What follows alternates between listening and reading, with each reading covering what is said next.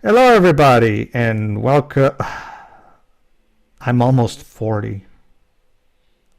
I'm almost Pedro, 40. Pedro, Focus. is as the rest of YouTube showcases, nobody cares. And I don't mean in a No, sense of, you don't people don't care about understand. you. You don't People, understand, Taylor. It still feels like it was yesterday when I was in my early 20s and I started working. It on the still feels plus like it side, was Pedro, Still yesterday. avoiding becoming 30. on the plus Ugh. side, Pedro, that only means that, me and the rest of you, me, you, and the rest of us won't be had to live for this long to witness the rest of the war going to shit. So there's the plus side, I It's guess. okay. How's the back pain treating you? I actually had an episode of back pain recently. I even told Teo about it. That's what I keep saying. I'm still only 38, but I already feel like I'm 60. Ugh. Well, for Japanese standards, you're practically dead already. I know. Damn. And speaking of which, this product is connected to something Okay. that we did tied to Japan. Okay. So here's the fun fact, everybody. You know that anime, that excellent anime by the animation god Isao Takahata that we did in recent years? Well, Japan recently announced that they're rebooting it. They're rebooting the Anne of Green Gables anime. I'm sure that will include a remake of the ever so beloved prequel, too. Well, actually, they already made the prequel. They made a World Masterpiece Theater version of the prequel in What 2009. means is that he fears they might also redo that in the past. From what they've shown us in that first image, I'm pretty sure it's just going to. From what I've read, it's apparently just going to do Lucy's books, and that's it. Apparently, it's planning on doing more than just the first book. I'm hoping so, because the first book has been done to death. It's literally like with fucking Berserk. They never get past the Golden Age arc. Hey, the stills look great so far, so there's that. Oh yeah, but okay. So adaptations. Let's now that since I've already educated all of my co-commentators on the book. Yes, they haven't read the book, but they saw the Takahata anime, which means they might as well have read the book because that anime is a perfect replacement. Let's talk about adaptations real quick because there's a couple of stuff that I want to mention before we get to this because some of these adaptations we're never going to do. So this is my one and only chance to talk about this. The first ever film adaptation of Anne of Green Gables was in 1919, a silent film, and Lucy Maude Montgomery actually saw that one, and she didn't like it. Lucy Maude Montgomery said that she was infuriated because the film turned Anne from a Canadian to an American, and she wrote in her diary, It was pretty well photographed, but I think if I had already known it was from my book, I would have never had recognized it. And she also didn't like the actress. We'll never know how true it was because it's lost to time. Yes, this is a 1919 movie that has apparently been lost. It's considered now lost media. There are no known copies left in the world that have been found up until. I found it hilarious, however, that already in the 1910s, Hollywood had already the spirit of let's take a foreign product and make it about America. Anyway, another thing that she said is she didn't approve of the main actress's performance, writing that she had portrayed a quote-unquote a sweet, sugary heroine utterly unlike my gingerly Anne. Basically trying to say that they made her a bit too sweet and sugary and didn't have the more depressing aspects present, apparently. I was going to say again, I really am curious to see how well this actually did translate, but again, until somebody comes with, a long-lost copy of it, I guess we may never know. And a time machine. Yeah, unfortunately. The 34 version, if I remember correctly, has survived. It has its own Wikipedia page, so it should probably. Yeah, it seems like it has survived, yes. I haven't seen it though.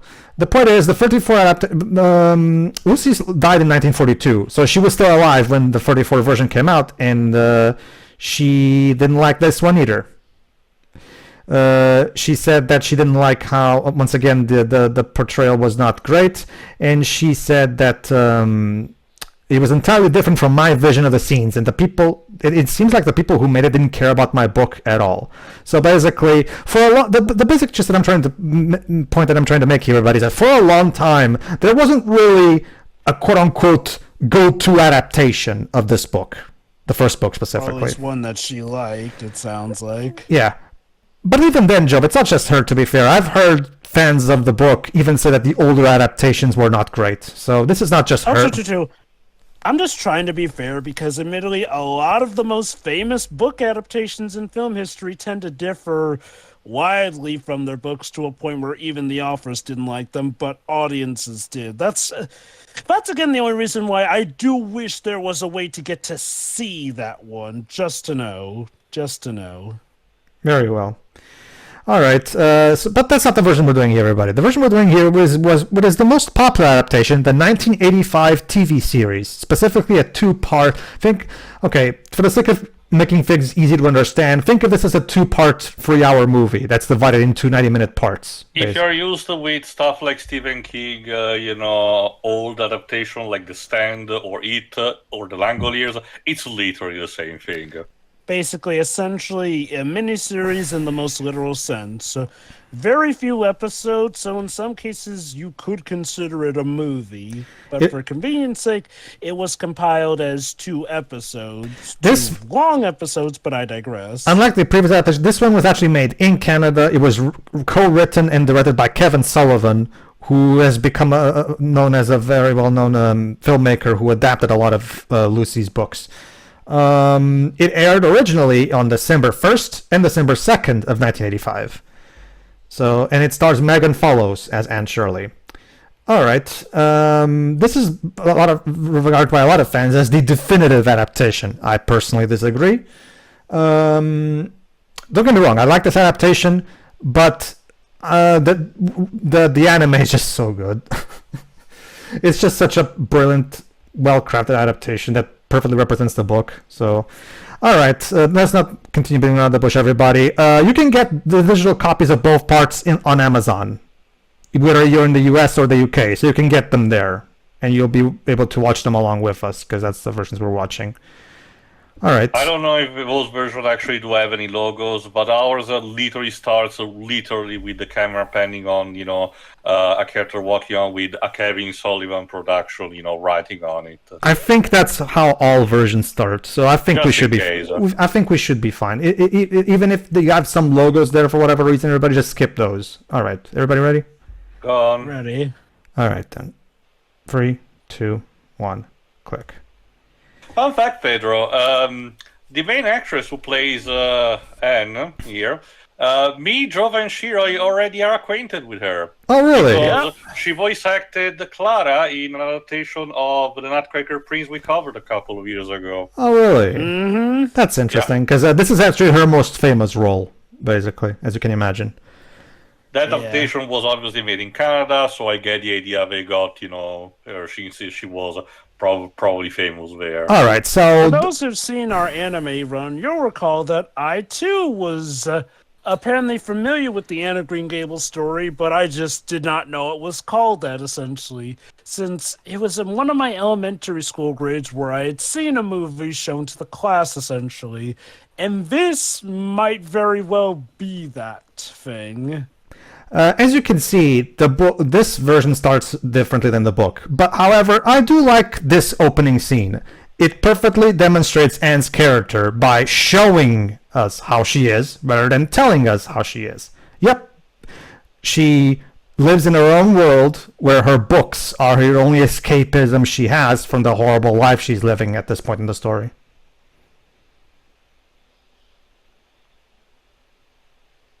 She's like Shizuka from her girlfriends if she could speak, or sorry, if she didn't have difficulty speaking. Sorry.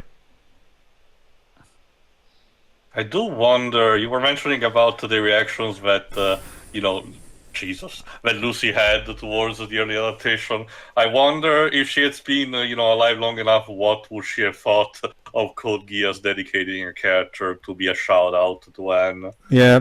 Because of Takata's anime, this book is very popular in Japan. And Really? So here's the interesting way that this adaptation starts. It starts off by showing us some of the the backstory of Anne that you may remember in the book gets told by her to Marilla during that eventful ride back to Mrs. Spencer. Christ, what did they do to that child to make him cry all the time on camera? Yeah, I really hope they didn't do anything to the poor kid.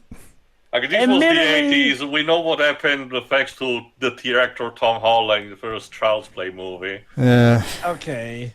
Again, not hoping for the worst, obviously, but you know, you never know. Admittedly, given how babies be, it could just be the baby's way of talking since... Okay, usually the younger you are, the more likely you are to cry, and crying is more or less how a baby communicates, so... That could have just been the baby being a baby. Alright, I'm about to say something that is a bit weird. Okay. It is kind of cool at first that they're showing us these bits in real time instead of a flashback. It's an interesting switch up. That being said, it does lead to one sticking issue I have in one with how it adapts a specific part of the book, and you'll see exactly what I mean when we get to it.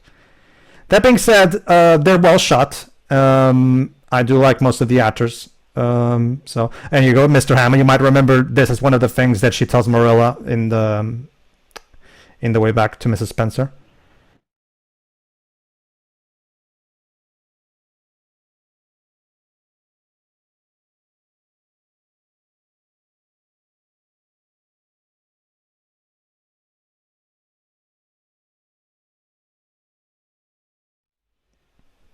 And yeah, if you know anything about how orphans were treated back in this time period, you probably already know that Ed's in trouble now.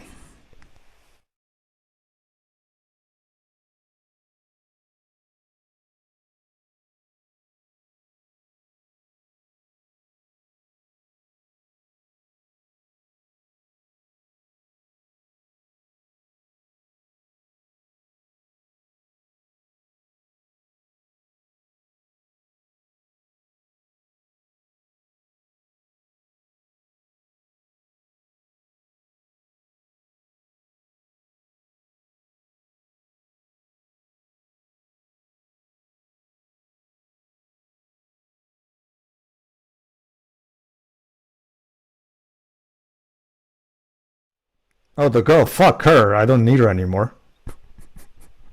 she'll just be a bird at this point. So fuck her. I mean, we already know that that's what's going to happen because we saw the anime. So. Checking, this miniseries did arrive in my country 4 years after its original airing in 1989. My country got it somewhere in the early 90s as well, because remember, the anime was super popular over here, so we started importing other versions as well.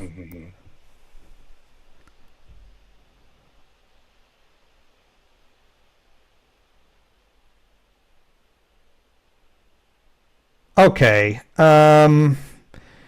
I don't like doing this. Trust me, I don't like doing this. But for the sake of, fair criticism, okay. I have nothing against Megan Follows. I'm sure and by this point she's an adult, so I'm sure she's a nice lady and great.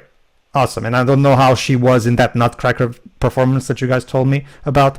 In this, however, while she's fine, I do think she lacks a bit of the spunk that Anne is supposed to have. Like, she sounds a bit too... I guess that's one way I can put it. For example, even when she's supposed to, be begging, please don't do this to me, Mrs. Hammond. Let me put it this way. For as much as I don't like Anne with an E, Annabeth McNulty, the girl that played Anne in that series, she's by far the best live-action Anne we've had. By far. And I'm willing to admit that, even though I hate that show with a passion.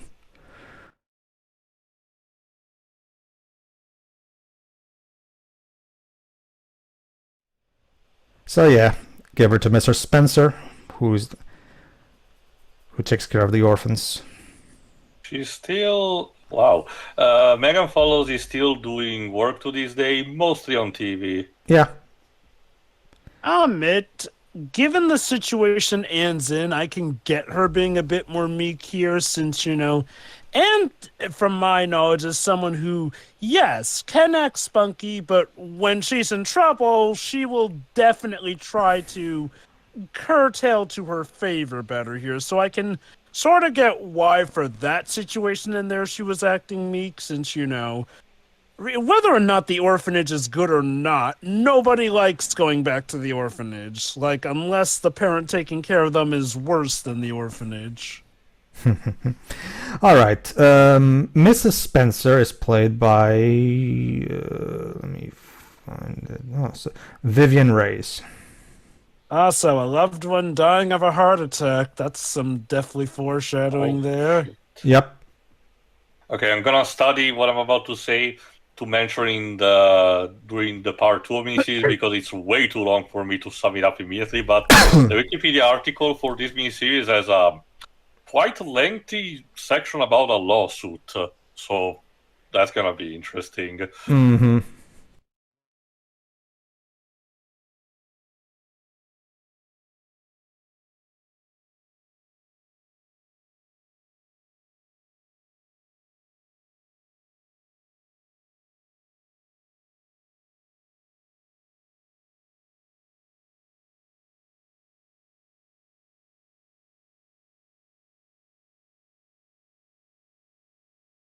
Okay. One thing I'd like to say was here's what happened when I first saw this adaptation. I downloaded it off the internet because you have to understand trying to get a proper copy of this outside of Canada can be difficult. So you have to. And this was when I first saw this. This was before digital HD copies were common like they are today, right? So keep that in mind. When I first watched this, when I was I must have been 16. Around there. It's been a long time. I don't remember the exact time.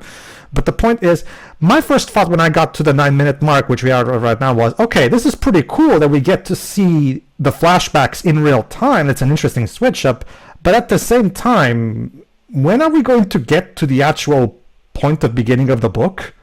And here we come to the major, not problem, but characteristic that all miniseries like this tend to have. Because if you're a fan of the stuff that Stephen King normally did, were adapted from his books, around this time, it has the exact same kind of thing, pacing issues. Keep in mind, this is in total. These 2 parts are 3 hours long, which is already a very tight timer to adapt the entire book. So they're Considering you're following her from child to basically young adult. Yeah. I will say this, I don't know if miniseries are still a thing, but I feel like there's a lot less miniseries these days, or at the very least, miniseries like what we got with this or Stephen King, essentially. No, these days it's more acceptable to make it actually the TV series format of 20-minute episodes, with a structure between 6 and 26. That being sorry. Yeah. Now, I want to be fair. Oh, and there's Rachel. I do. There's Rachel Lind. Go ahead. I think I do get why miniseries like this were a thing back in the day, essentially. It was a time for media that wasn't quite long enough for a traditional series, but also was, arguably too long to be put into a little movie or mini short itself, essentially. So the miniseries feels like a compromise between movie and semi-long series, essentially. Yes, the nosy neighbor. Yes. Rachel Lind is brilliantly played by Patricia Hamilton. She's a Shakespearean actress. Yes. And here's Marilla, played by, let me get the thing. I saw these actresses. Colin Dewhurst. I think she's been in other famous things. Okay, she's another Shakespearean actress. She actually won 2 Tony Awards and 4 Emmy Awards for her stage and television work. So yeah, she's basically a legend.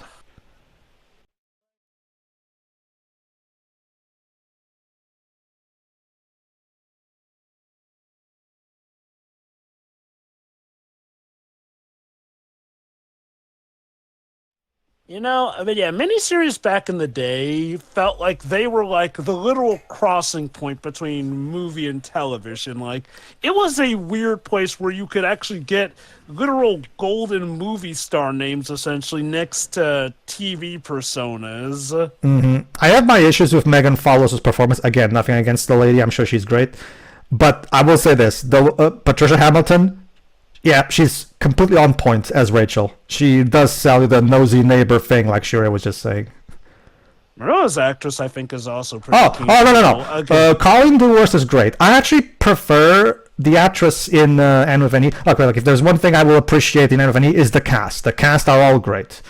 That being said, no, Colleen Dewhurst is a really great Marilla still. So no disrespect. Oh, sorry. No, go on. I believe you showed me little bits and pieces of this adaptation while we were watching the anime. If I remember correctly, yes. Yes, I have, yes. Mm-hmm.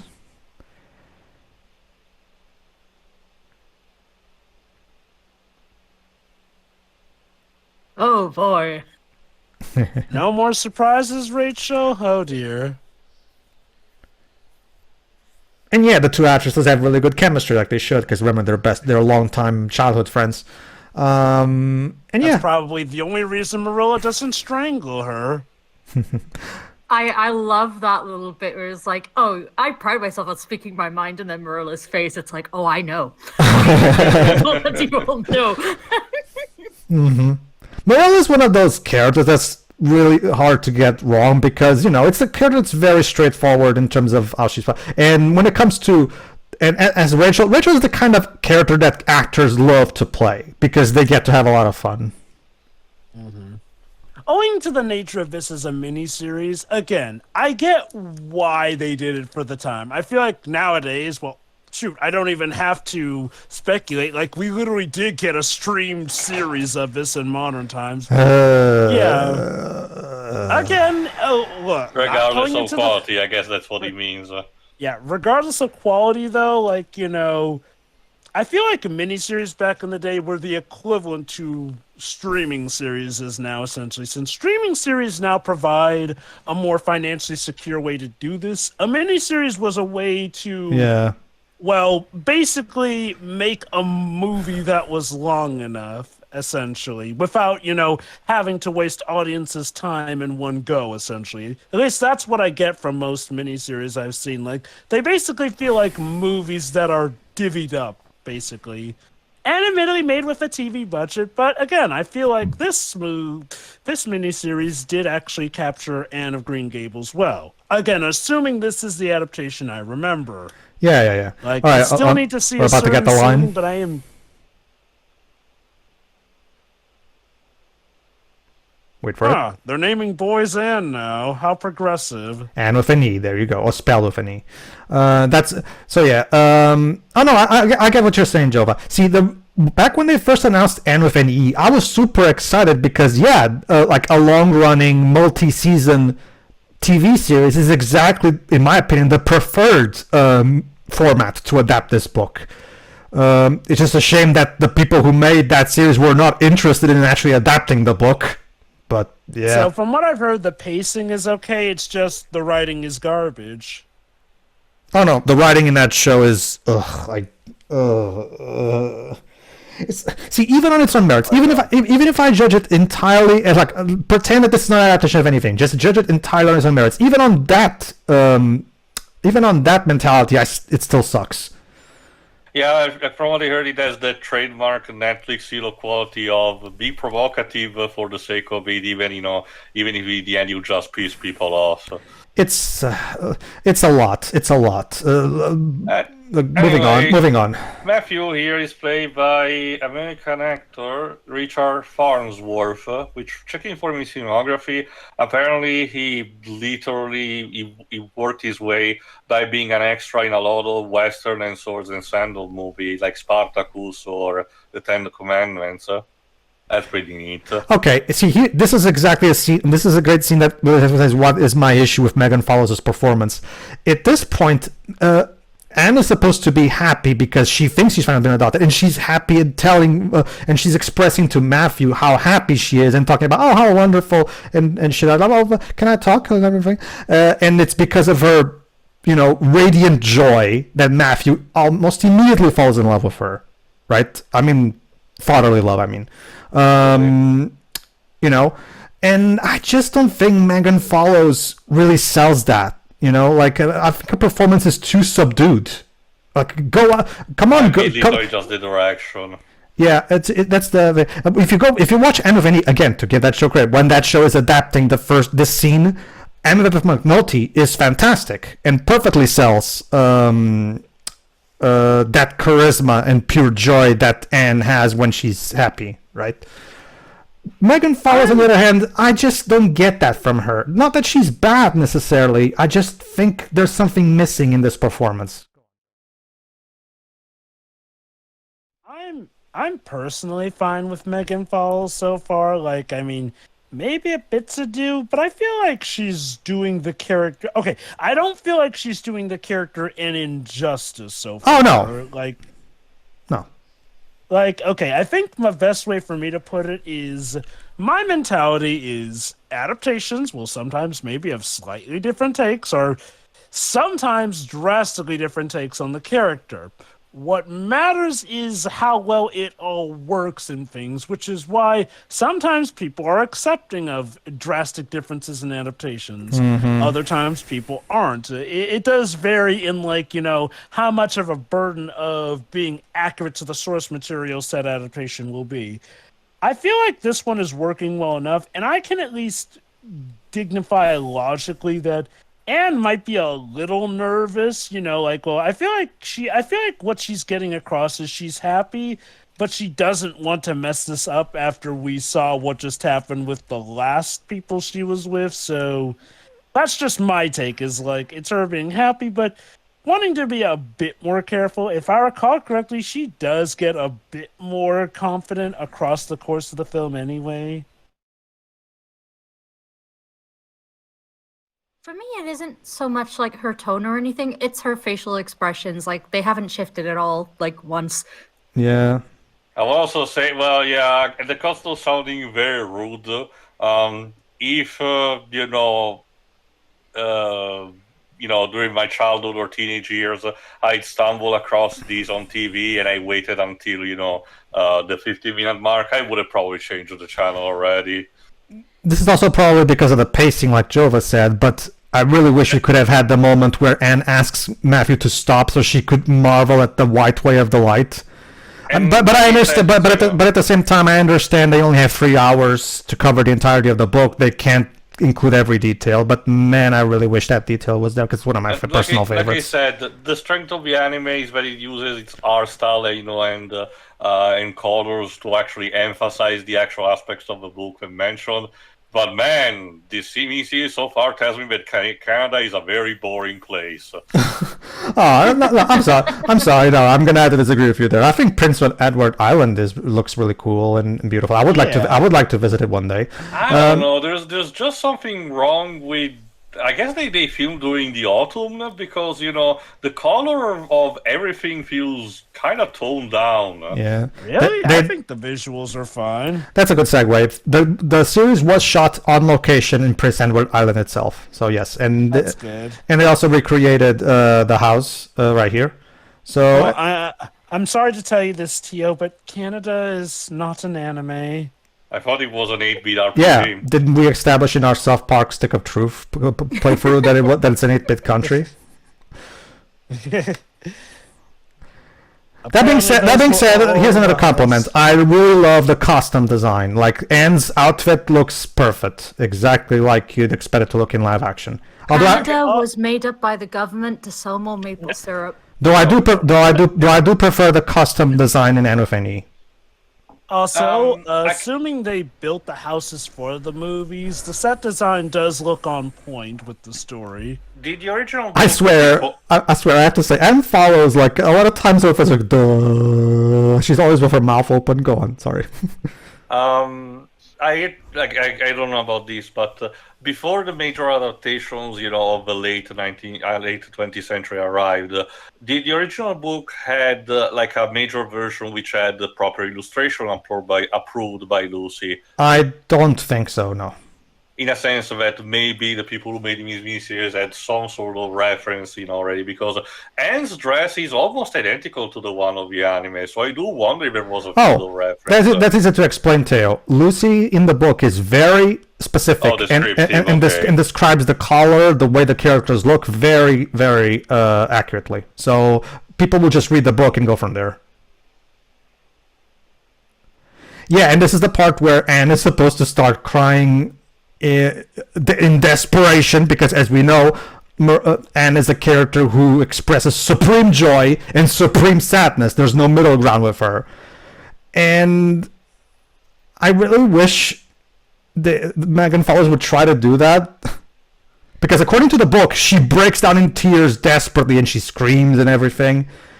And in here she's just going, oh no, poor me, I'm sorry. And to the anime did recreate that. Sure, maybe not super over the top, but better than this. I just think Megan Follows' and again, not to her fault. I'm sure she was directed to do this. I have no idea what Kevin Sullivan was thinking when he sell us on the fact that this is sad. She doesn't look all that sad. She looks more disappointed than sad. I mean, I get the relatability of it, I do sense the sadness and desperation. Again, I feel like what they're going on is a slightly different take, but one that I feel gets the same message about that Anne's been through this song and dance again, and she's so tired of it. Like, she actually looks exhausted. Yeah. So for me, I feel like it works. In a different methodology, but I feel like it still gets the point across well. I'm with Lucy on this one. I see Anne as a character that has goes from one extreme to the other regarding her emotions. That's how she is described to be in the book. And I feel like that's a big part of her character, and I really wish they could have kept that here.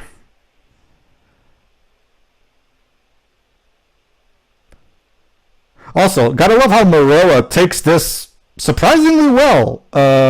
Like, oh well, I guess it's a girl instead. Oh well, I guess I'll keep you here for one night and then I'll send you back. All right, okay, go ahead.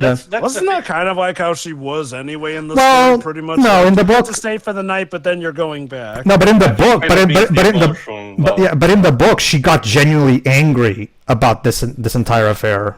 Yeah, again, I think that's hitting the nail on the head. I'm pretty sure. So far, at the very least, the biggest problem this is having is that almost all of the actors' performances are more stilted than what they should be. Like I said, I do wonder if it genuinely is just a direction problem. I'm pretty sure it is. Again, maybe it's because I'm not as heavily tied to the book, but I don't even really see it as a problem. I feel like it's just a different way of how it works for this particular adaptation. Although, I'll be honest, if I recall correctly, in the anime, Marilla didn't exactly get hot angry either there. She didn't get super duper angry or anything like that, but she showed more emotion than this. I could tell from the facial expression and the tone that she had that she was at the very least pissed off. See, because one of the big things about that makes Chapter 47 so good in the book, when Marilla literally tells Anne, my life has only had real meaning since you came into it, is because it's a great juxtaposition to how their relationship started. That's why it's very important to have Marilla genuinely be somewhat mean, for lack of a better term, to Anne at the beginning, because it illustrates how far they've come in the span of one book.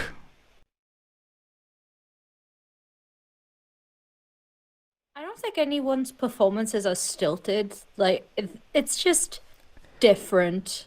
Like, I really think it's just a direction thing. Yeah, for me, I think stilted's the wrong word. I think a better way to go about it is that it's a lot more subtle, but I can definitely tell from the expressions that they are feeling the same things that the characters from the books did. And I guess for me personally, it works. And I'm guessing for a lot of people it worked too, because again, from what Pedro has said, this is pretty much widely considered to be the best of the adaptations. At least the definitely of the well-known ones. That's the thing, Jova. Okay, let's pretend for a moment that the anime doesn't exist. See, Jova, here's my take on the whole thing. The only reason this one is the best adaptation is because all the other ones suck. That's the thing. And I can imagine also nostalgic value.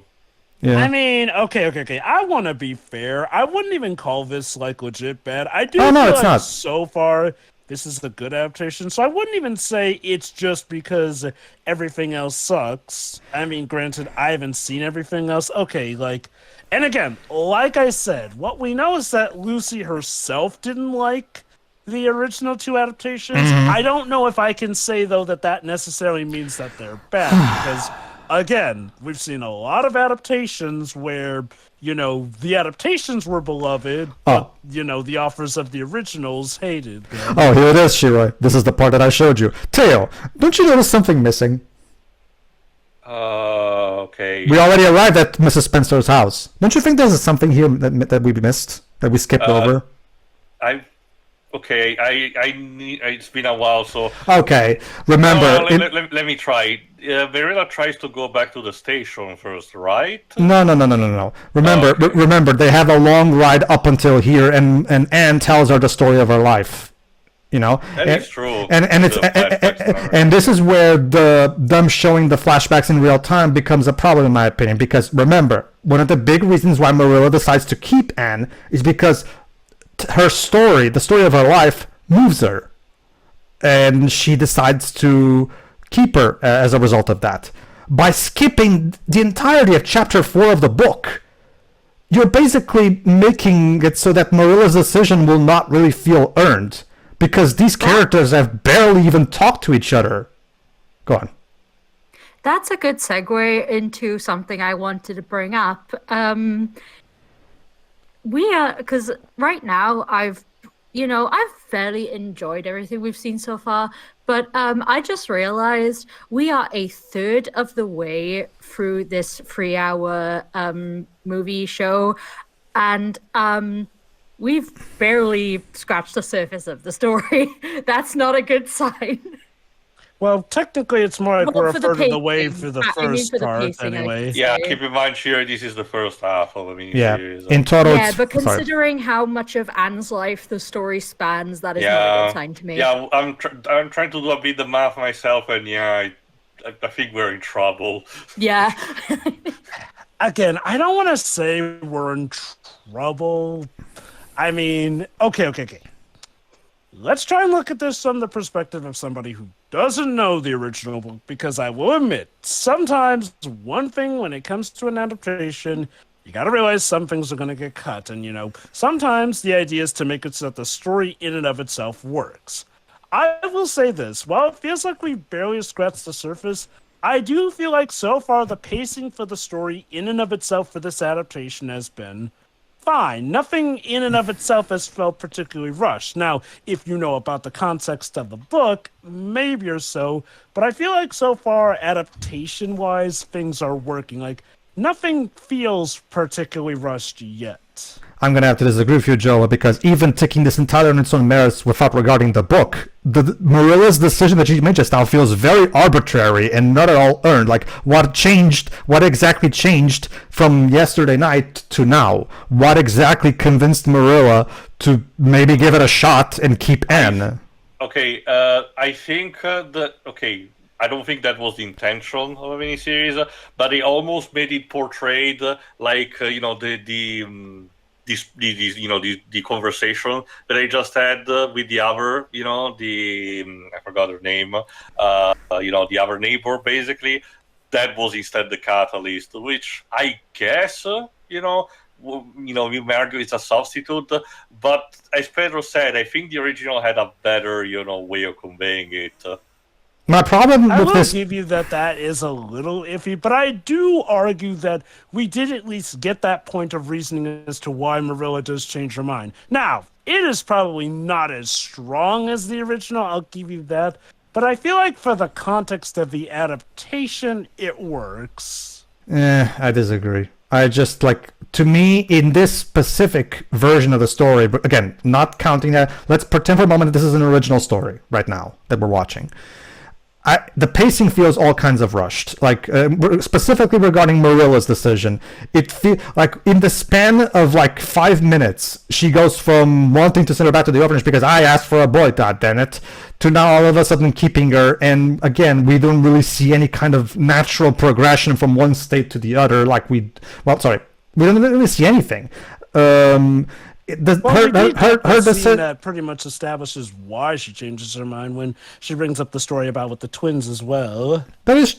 She does, but only after her decision. That's the problem. Again, the main thing is that chapter 4 of the book was entirely skipped, and that chapter is incredibly important. I would have much rather them not have the flashbacks happen in real time and actually properly use those 10 minutes to adapt chapter 4.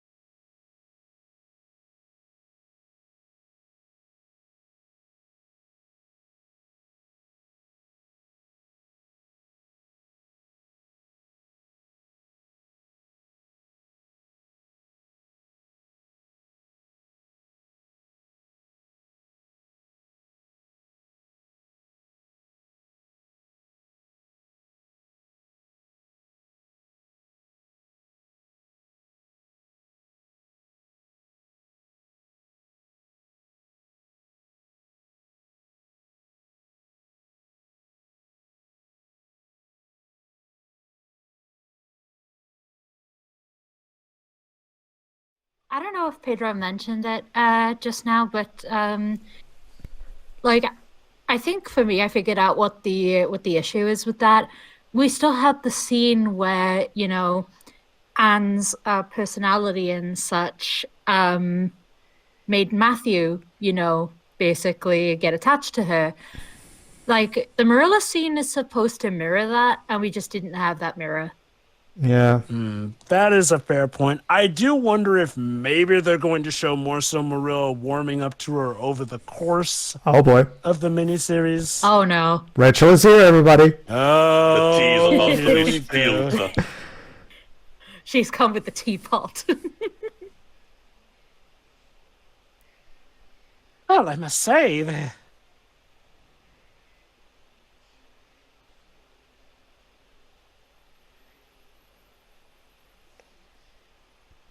Sorry, whose child is this again? Sorry, she says a lot of words. Hold on. Just say it right in front of the kid.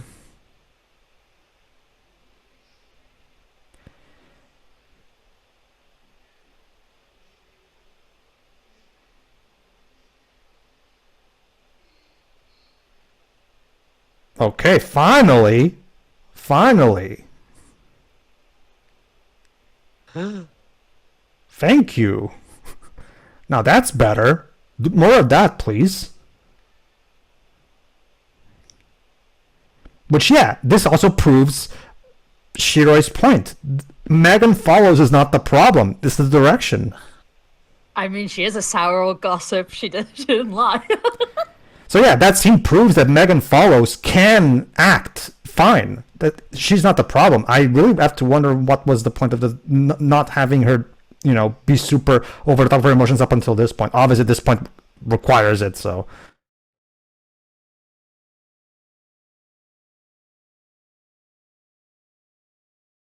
Oh, shut up. Again, if there's one character, She's a great character. oh no, if there's one character they get absolutely perfect, it's Rachel. Oh no, she won't visit often. Marilla's like, Yeah, my life. I could get used to this. Maybe there is use to this child after all. I mean, the woman did just, call a small child over just to make fun of her.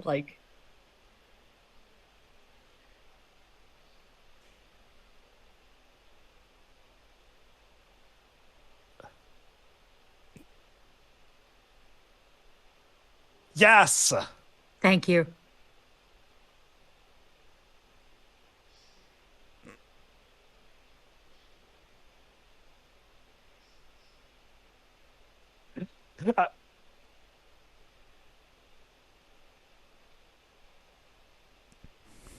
Remember, Marilla, as written, as described in the book, she's a very logical and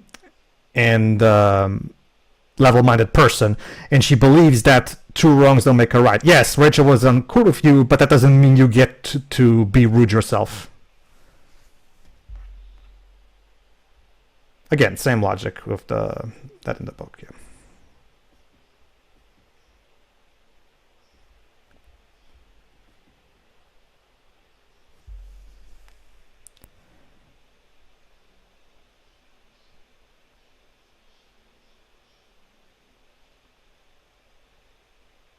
I mean, Anne did that typical thing of, it's the thing everyone wants to do, but we know we shouldn't. Yeah, basically.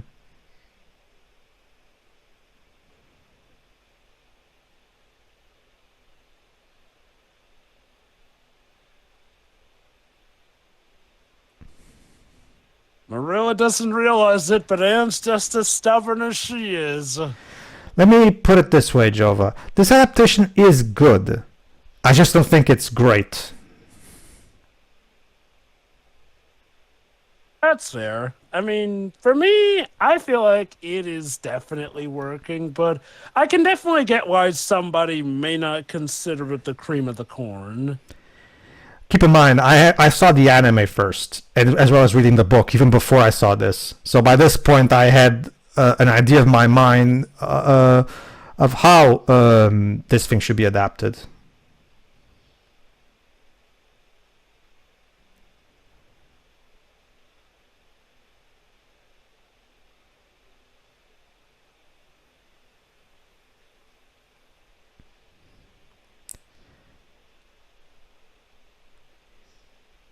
How about this, Jello? Let me put it this way. Compared to N with NE, this thing is Oscar material right here. So there's that. I can't tell if that's a full-on compliment or a backhanded compliment based off of what you and Shuri have told me from Anne with an E, but... I don't like it. And with any, let me put it this way, Jova. The people who made that show have no interest in the book. They don't care about the book. They're not interested in adapting the book. They just want to make their own personal fanfic that is not even good. on its own merits. Interesting. Like, wasn't the idea that each season covers a book or something? Nope. By the time we get to season 2, the books might as well not even exist anymore. I don't Oh, like so- the Force. I'm gonna describe it in like the least spoilery way possible because we all know like where the story goes and such. I don't like the forced angst they put on Matthew.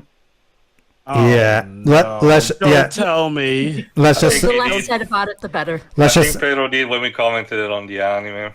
let's just say what they do with Matthew in that show is outright insulting to the original character, and that's all I'll say. And for all the complaints he mentioned about Anne with an E, I don't think Pedro ever mentioned about angst with Matthew, so this It's seems The like least news to spoilery me. way I will describe the scene that I'm referring It's- to, and Pedro knows exactly what I'm talking it's incredibly awful, Joven. That's all I'll say. But then, again, to this adaptation's credit, while this is not means a perfect masterpiece or anything like that, it gets the basics right at least. I feel like, again, for the time, yeah. aside from, a full-fledged series, this was probably one of the best things that they could do for the Yeah. series. You have to understand too, not counting the anime, because a lot of people didn't see that, right? Not counting the anime, this was the first adaptation that didn't outright suck. That's the thing. Okay, since we do still have access to the 30-some at least, I do think we should at least give that a look, because Maybe one I day. am We'll see. curious as to... Yeah.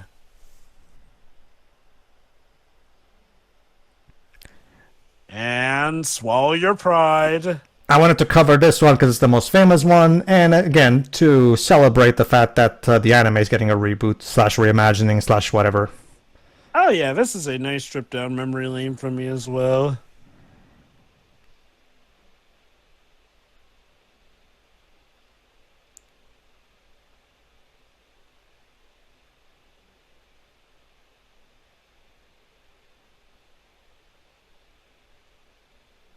Anne's treating this like she's being taken on the Green Mile.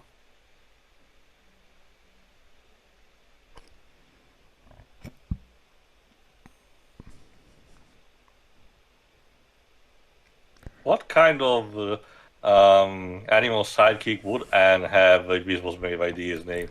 Taylor, remember, there's a 2001 animated series made by Sullivan Entertainment, the same Oh. production crew that made this, I forgot.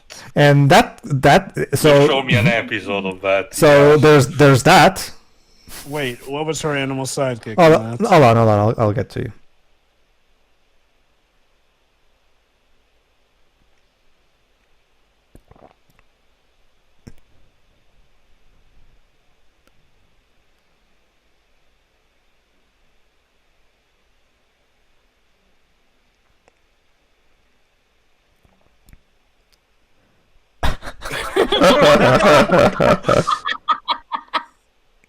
Again, that's one of the best lines from the book, so I'm glad they kept it. I love the way it was delivered too. Mm-hmm. Spoken like a backhanded compliment from a lawyer.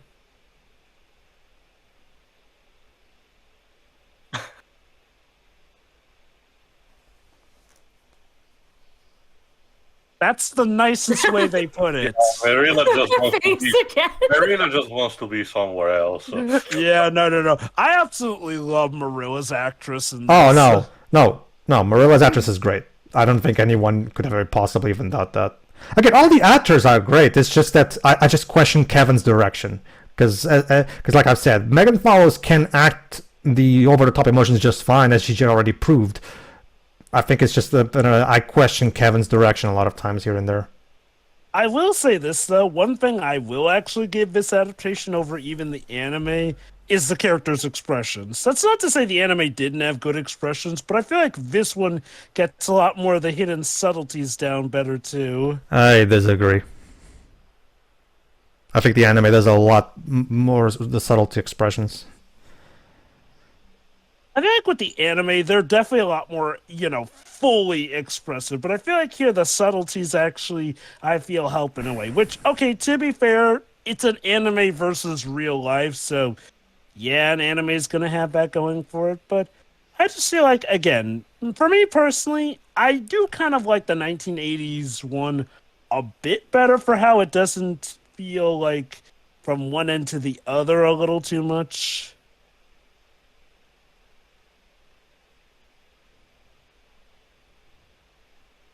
Hmm.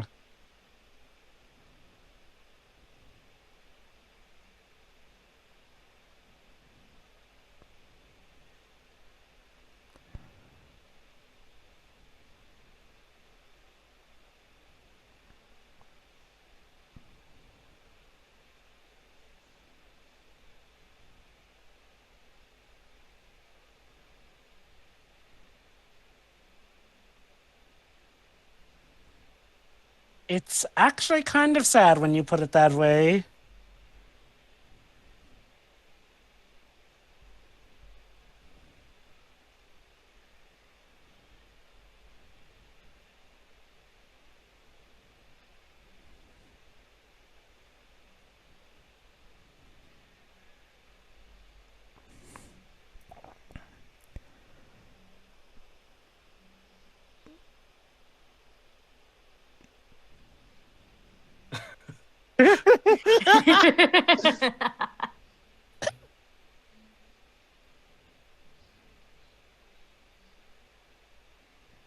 Oh God, no.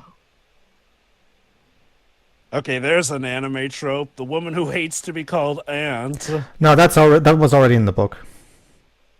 I know, but that is a thing you see in a lot of anime too. Hmm.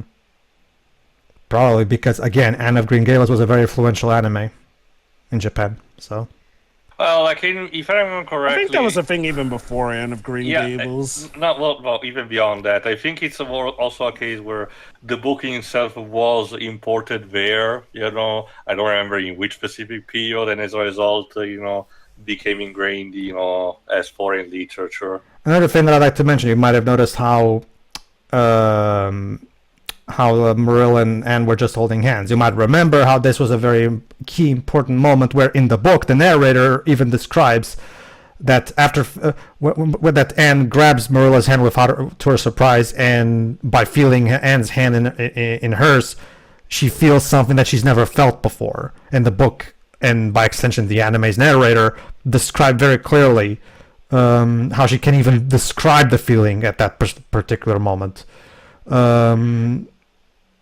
And obviously, this particular version doesn't have narration, so you can't have the narration. But I feel like it would have been nice to see Anne grab her hand and have Marilla express her facial reaction, because instead we just see her grabbing her hand and we just see them from the back. Like, again, another big... How about this? In terms of Marilla's actress is great. That would have been great to see her have that specific reaction when she's feeling this emotion that she's never felt before. We've already seen that Colleen Dewhurst is a fantastic Marilla, so it's a shame she couldn't replicate that iconic moment from the book. But oh well. That's also another thing that now that you just mentioned, I wonder, because I guess it was just a choice, but arguing with a format like this, a narrator probably wouldn't have been out of place. Oh? We're Well- already doing the brooch scene?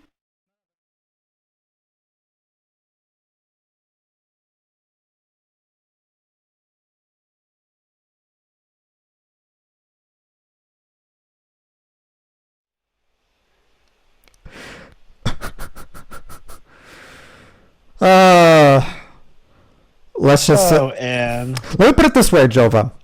I showed Anne with an A screwed this up. yes, too. I showed Dwebs the 90-minute first episode of Anne with an E to Dwebs, and it covers everything all the way up until the brooch incident. And let's just say the way it's done is so melodramatic, over the top, and completely overblown compared to how this version and the anime and the book do it. By the time it was over, in a cliffhanger, all I had to ask with Dwebs was, "So Dwebs, you hyped to see more?" And his reaction was, and I'm trying my best to quote his tone here, "No." I know you've already told me what your next series pick is going to be, but I would not be surprised if at some point we have to cover Anne with an E, with just I don't wanna. We neither, frankly. Not just a matter of quality, but because, again, this kind of franchise is kind of a bit hard to digest for me. Oh, like No, okay. not to say that I think it's bad, but I'm not used to this kind of thing. At the very least, like I said, the anime had the advantage of the art style to be, very pleasant to look at. Would you say it's a case that it's a very I don't even know a slice of life is the best way to put I it. already told you, Jova. Plain vanilla style slice of life is just not for me. Remember, That's Teo prefers things with supernatural, more grander scale type things. I Well, it's mostly prefer, I the prefer slice of when our life reality is that you- challenged. Let's just say that. Like That is fair. I can understand the appeal that a story like this actually provides. Because even stories about the mundane tends to prey upon the desire of that someone might not have had in their lives. Usually, that's the appeal. But again, I already said what I had to. For me, I guess I'm interested because I'll admit, Anne was definitely an acquired taste for me. Not even that it's bad, but it's just that, it's not necessarily my type of speed since it is more or less just the life and times of child, essentially. Which, again, I want to make certain that everyone knows I'm not making fun of the Anne series, but you can, in a way, pretty much sum it as girl does stuff in town, which, okay, to be fair, you could sum up a lot of series as. Now, what makes Anne special is definitely, how it works with a lot of events going on. If I recall correctly, they did actually integrate some real-life events with the series in later books. I will- Later yes, books, I will cover, if I recall correctly, and all of the- relation to the wars, as in like she's always a child in one of the wars, if I recall correctly. Yes. There's also the. I will argue that, to add to what Jova was saying, I will argue it's also the excellent character writing that made the book such a famous piece of literature, and by extension, why the anime is so beloved from people that watched it. Because again, what makes this particular story so great is the characters and their relationships and their development, and it all feels so real, so relatable, and perfectly paced and written. It's an excellent character piece. That's basically the point. It's all about you're spending by the time you finish the first book, you feel like you've spent an entire lifetime with these characters, and you've gotten to know them on a personal, deep level, because you've seen their highs, their lows, their mundane, and you gain an understanding of these characters in a way that very few novels achieve.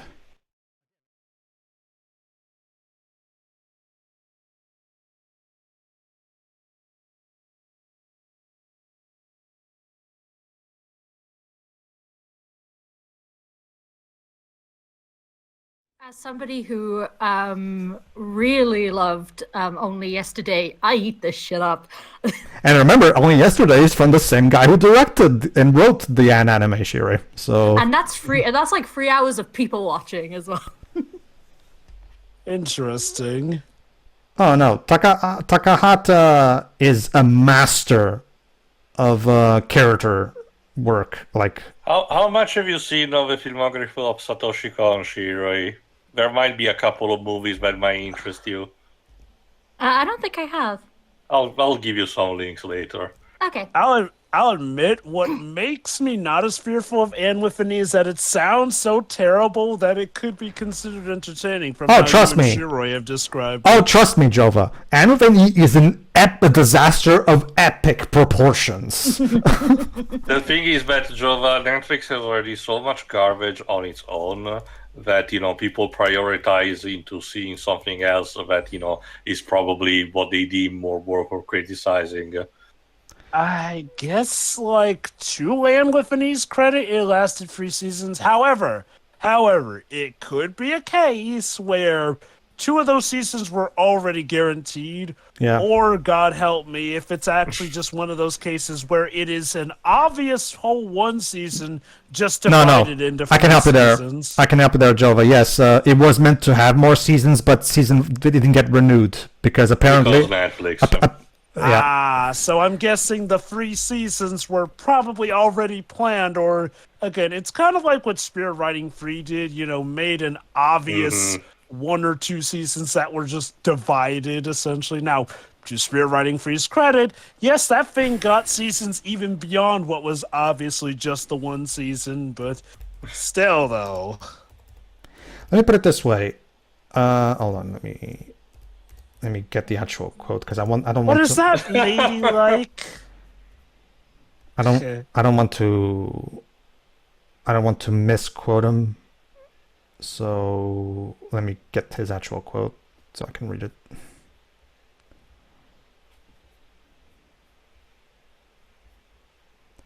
But yeah, finally meet that. And there's Gilbert there as well.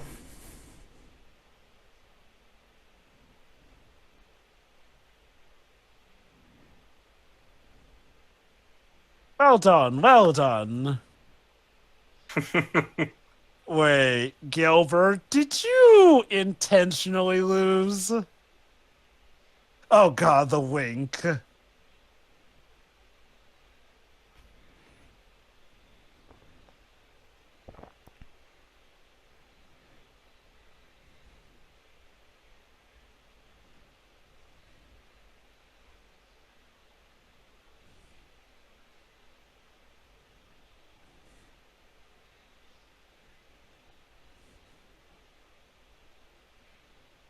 Eh.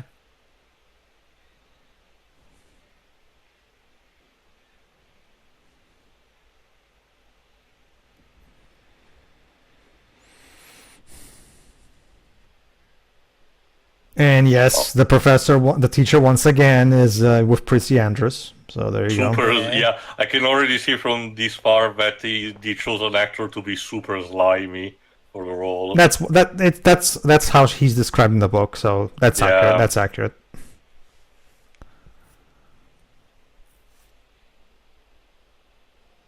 Yep, Josie Pye.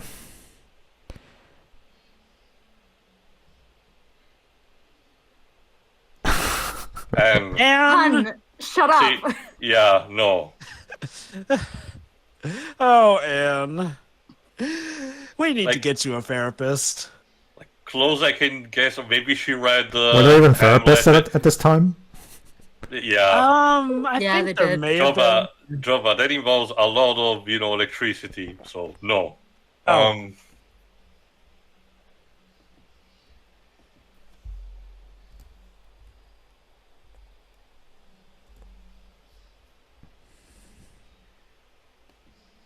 Okay, I swear I saw this. Okay, aside from the slimy thing, I think I saw this guy.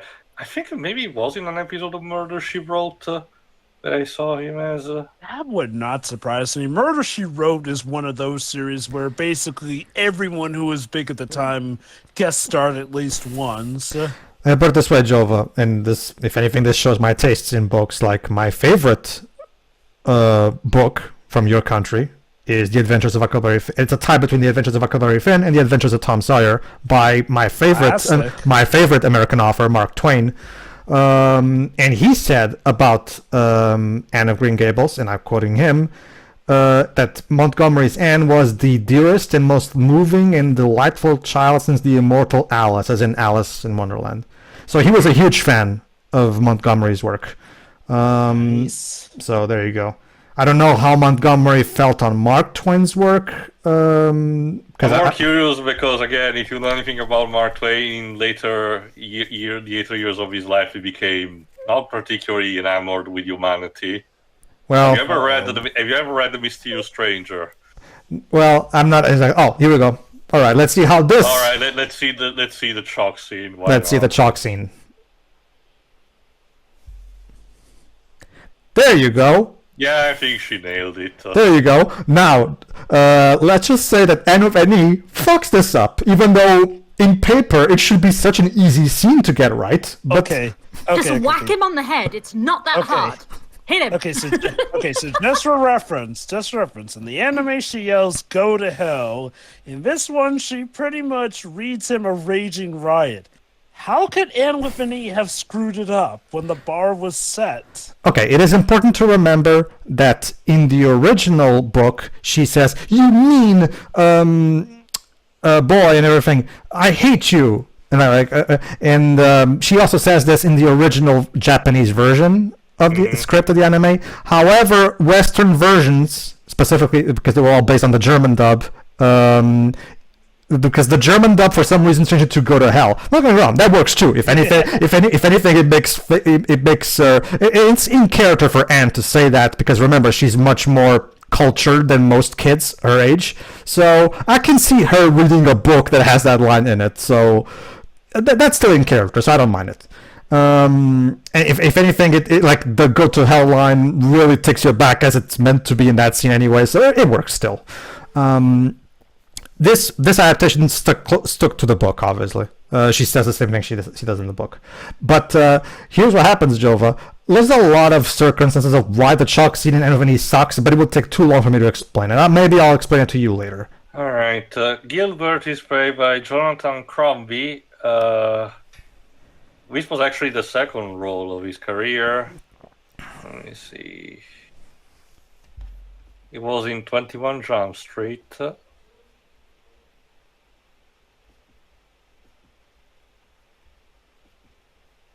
Okay, yeah, Marilla has a point. It's mostly on TV, and unfortunately, he tragically passed away in 2015. Oh. Oh, jeez.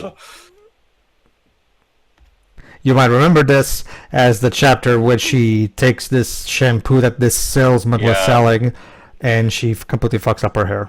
Because she was It basically happened off screen. Remember, one of the big things of Anne is that she hates her red hair, and she would love to have hair of literally any other color. So... Yeah, sadly, one thing is people with red hair tended to get stigmatized. Here's what I would have done. Maybe cut off the entirety of the hair incident at this point. If you're not, if most of it happens off screen, you might as well cut it out entirely at this point. Well, she does basically sum it up, essentially. Pedro came by with the dye, and she got the idea to use her hair, which, given that this follows the scene right after she's considering that her red hair is a curse, I think it's easy to put two and two together. I'll admit, I would have at least included the scene where the Pedro comes with the dye, but otherwise, I'm fine with its integration. Oh, God. Wait till she finds out he did that because he liked her. God help us. I do have a complaint, though. You might remember how one of the best moments of the shock scene is that right after being hit in the head, Gilbert has a moment of clarity, gets up, and tells the teacher, "It's my fault, teacher. It's me. I've upset Anne."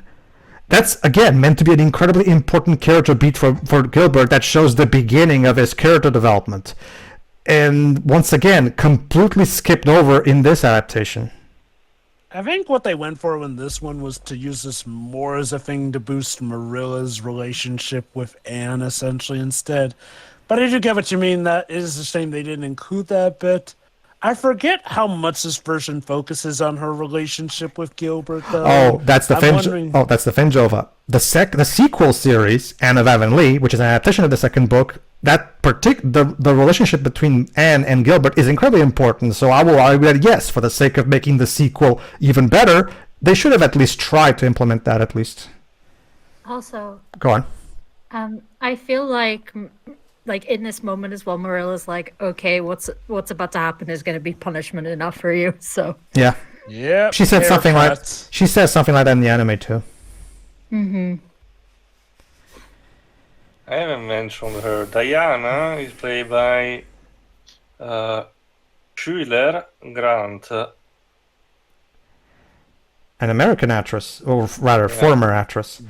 This is actually her first role, and outside of starring in almost every one of these, Anne Green Gables adaptation, she was in one episode of Law and Order. Otherwise, she has stopped acting ever since the 2000s.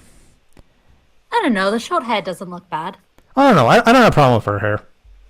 I'm speaking like the conversation that was just. Oh, right. Universe. It's actually Anne herself who's very, proud of her haircut. Sure.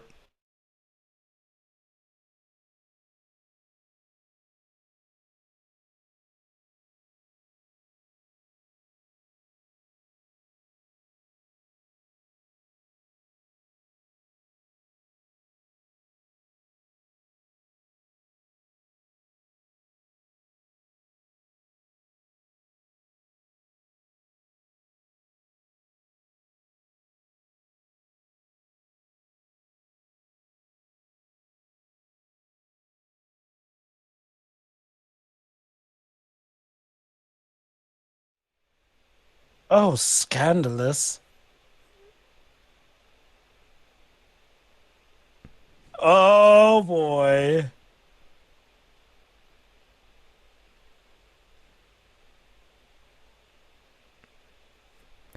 Yeah.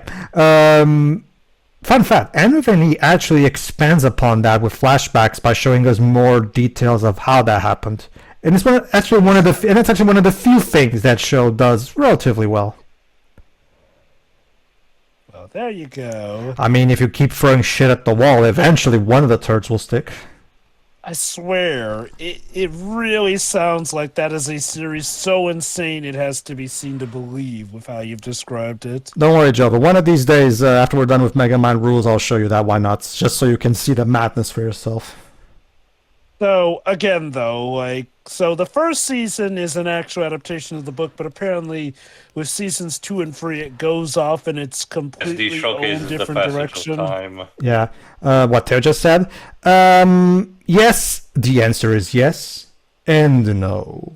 And everything in between. It basically, Jova, half of it adapts the book. The other half is a lot of things that are original and not particularly great. But again, Can you remind me, Pedro, what's the name of the teacher? God, no. Sorry, I'll check in the meantime online. I thought you just knew more on the quick. Mr. Phillips, I think, if I remember correctly.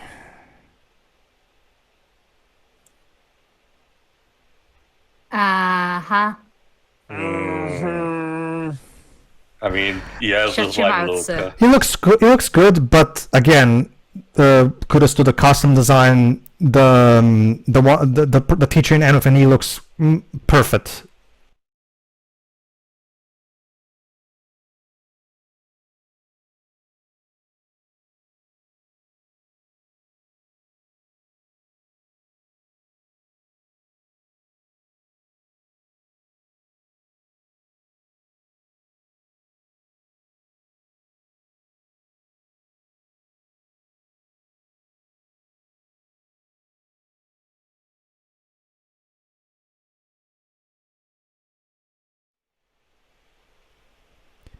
Yeah, this scene is original, as you can see, and it feels a bit.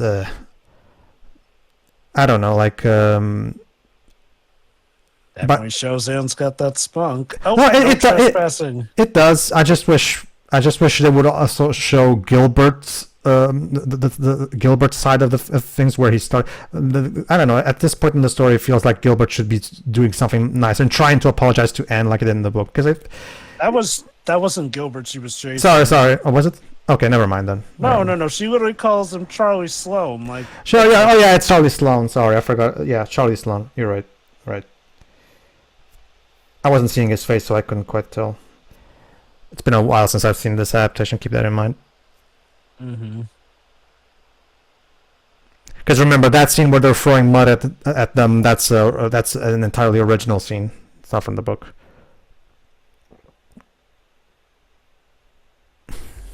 It's another thing that I noticed. A lot of the actors in these series are turning red progressively during their performances. It's like they're even getting angry and angry the more they're acting, or maybe there was a heat, a heat surge, and they were all very, heated up. Maybe.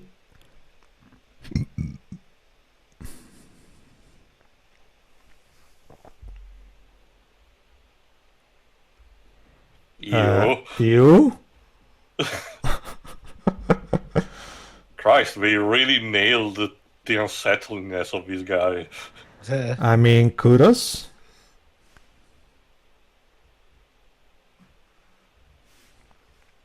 Oh, I don't know if you've read Tom Sawyer and Huckleberry Finn, Theo, but the teacher in those books is far worse. Yeah.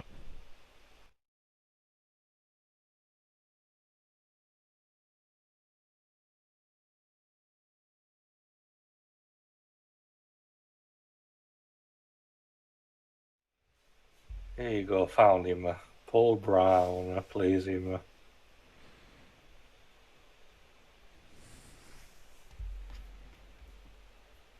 Eh, An attempt was made. his stunning pupil.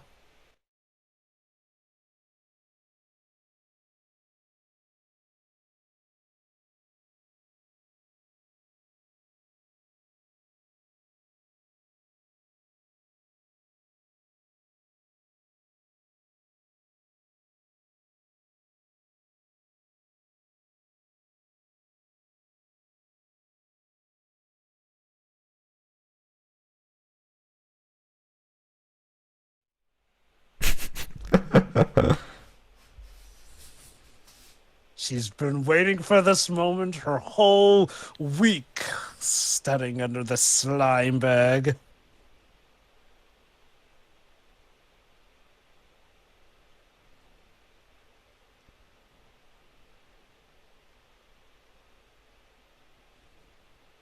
Hmm.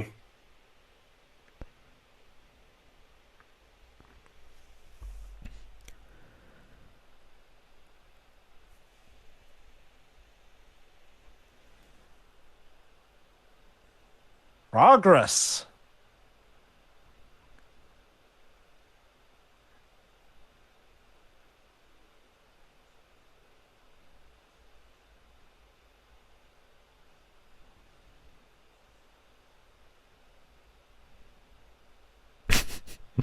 Oh. You might remember how Anne spends most of her childhood angry at Gilbert, because if there's one thing Anne will not withstand is someone rubbing it in her face that she has quote unquote carrots for hair.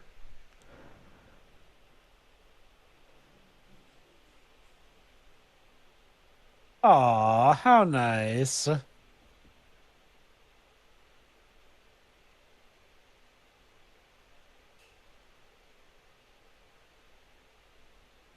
And And yeah, okay, admittedly, this is a thing even in the books and anime, and kind of has a bit of an esteem issue problem to the point where she'll consider someone who is legit trying to compliment her as making fun of her still. well, remember, You know- that's an intentional character flaw. Even Marilla points out, I've noticed one thing: you care too much about how you look. You're vain. So it's meant to be a flaw she overcomes over the Not to years. mention, her entire thing is to actually basically getting high on, extreme levels of emotions. So, like in I will this s- in this collision term, that's way too much electrochemistry. Let me just say that. I will say this: while she started off subdued, the actress definitely shows that she can Oh, yeah. sob and rage. Yeah, I really have to wonder why couldn't we get more of this from the beginning? I'm guessing they wanted to ease us in. Again, I feel like for the purposes of it, it worked out. Also, Gilbert, that's stalking. Gilbert is friend. a stalker. Which is weird. You might remember how usually what happens is that when Anne falls into the water and Gilbert happens to be on his boat at the time and saves her, so it's just a coincidence. In here, he's stalking her.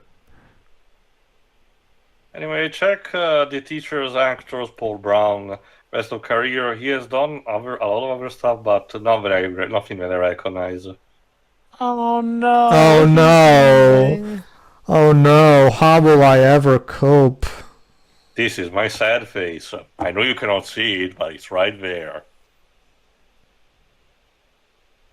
But what about Prissy Andrews? What about Prissy Andrews?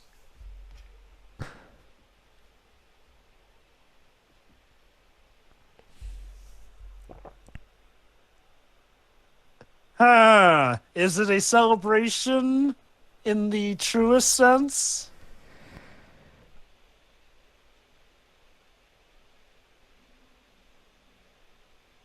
And then when he leaves, everyone truly celebrates. Yeah, it's like in the movie that you showed us the last year, Pedro. Problem Child. Problem Child. But he leaves and everybody's like,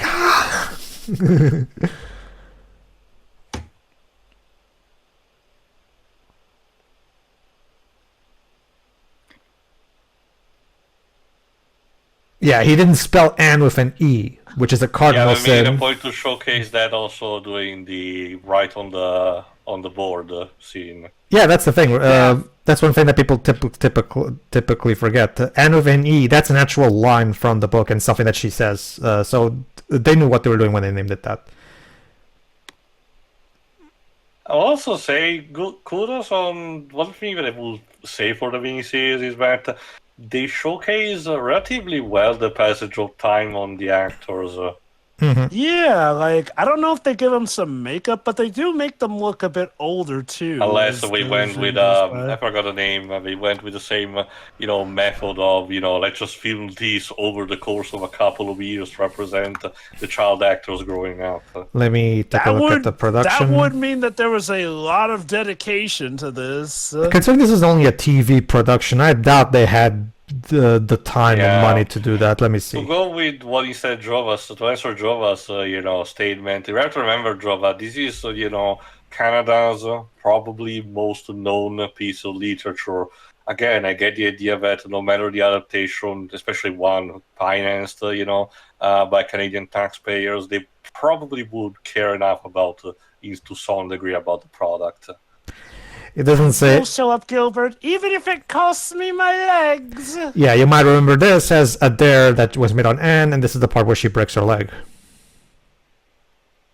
There you Oh go. no, my legs! My leg. Check her pulse, Diana. Check her check her pulse, Diana. Think so. Okay, that was legit. No, I don't think I'm killed. I've just been rendered unconscious. Exactly. Oh God, what hurt more? For breaking her leg or actually having to legit thank Gilbert? And swallowing her pride.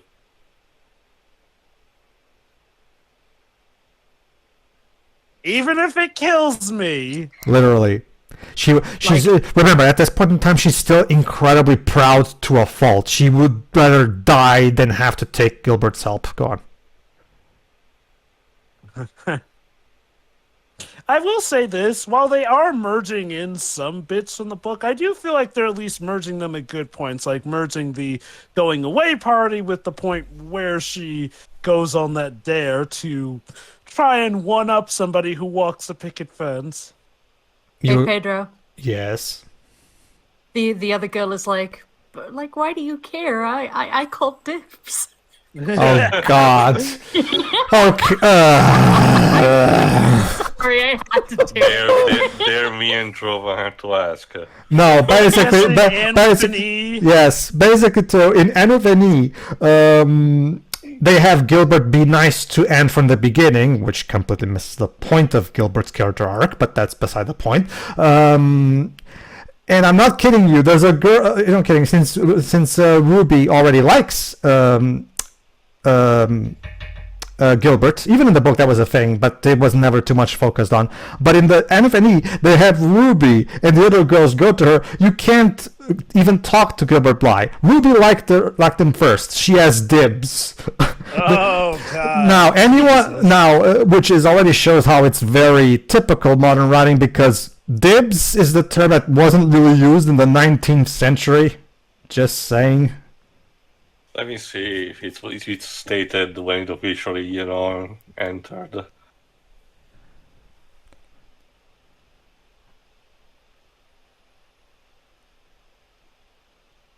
Creepy.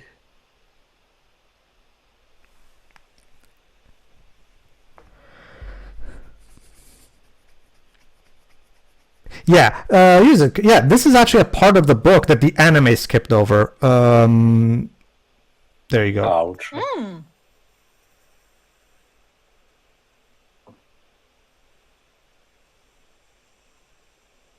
Okay, the term originated in late 17th century, but during the 19th century and up until 1960, it had basically lost, relevance. So I put it this way, it existed, but by the time this story takes place, it probably wouldn't have been that common. Interesting. Even still, it still does feel something Not to- written, but not to written mention- by him to be modern right. And- I and- get what you mean. And Shira told me specifically when I showed her that moment, and I quote, "You can't cause dibs on a human being."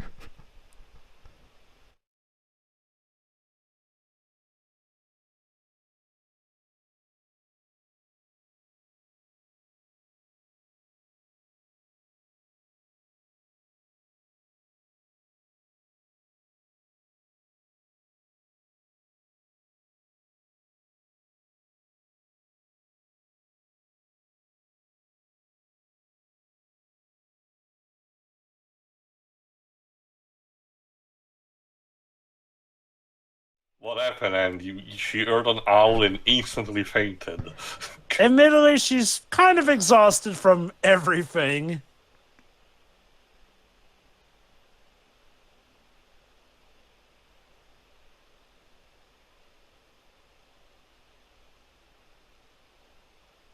Damn, both legs. Mm-hmm.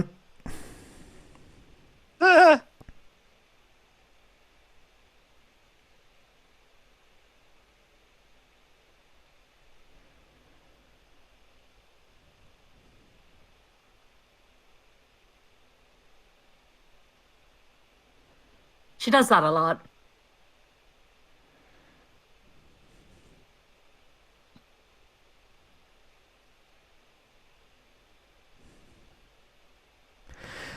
Okay, I'm sorry, but once again, I'm gonna have to go here. I don't like how the drama of her breaking her legs, there you go, is basically skimmed over, because you might remember how in both in the book and in the anime, this is another big important moment for Marilla, where her heart skips a beat because she briefly fears what might have happened to Also- Anne. I could swear there was also a period of time where Anne was recuperating from her wounds. Yes, but they skip over it. To be fair, like Javed said, they only have 3 hours. They can't include everything, so I'm okay with that. The point is, I just wish they would have included Marilla's book reaction to it, because it's a bit, and as the narration in the book describes it, it's the moment where she realizes to herself that she loves Anne and she cannot even imagine living her life anymore with her, because again, because and again in the book and the anime, it's an excellent character moment from Marilla, thanks to the excellent pacing, whereas in here, her breaking her legs basically amounts to just a quirky thing that happened, and it's just one of those things. It just feels like a lesser way of doing things for me. Oh god, here we go. Spooky sequence in the forest. Oh.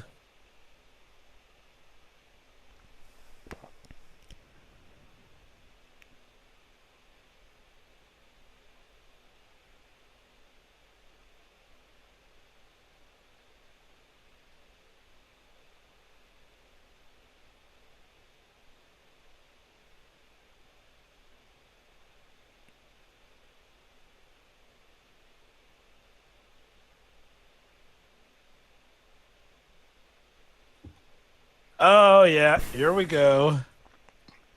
Yeah, you might remember this as the moment where Anne accidentally got Diana drunk, which caused her mom to throw a hissy fit. Oh, I think I get it now, because of our well, obviously we're getting close to the end of part 1, but yeah, I always wondered why the school stopped at a certain point in the movie, and wow, now Summer. knowing in hindsight it was a miniseries and, not just a movie, I get why they stopped where they did, because we're getting close to the end of part 1. Mm-hmm. See, it's one of those things where it's just like, if there's definitely one thing that, like, probably my most major loss in adaptation issue that I have with this, I really wish Morris Noel would make a video of this.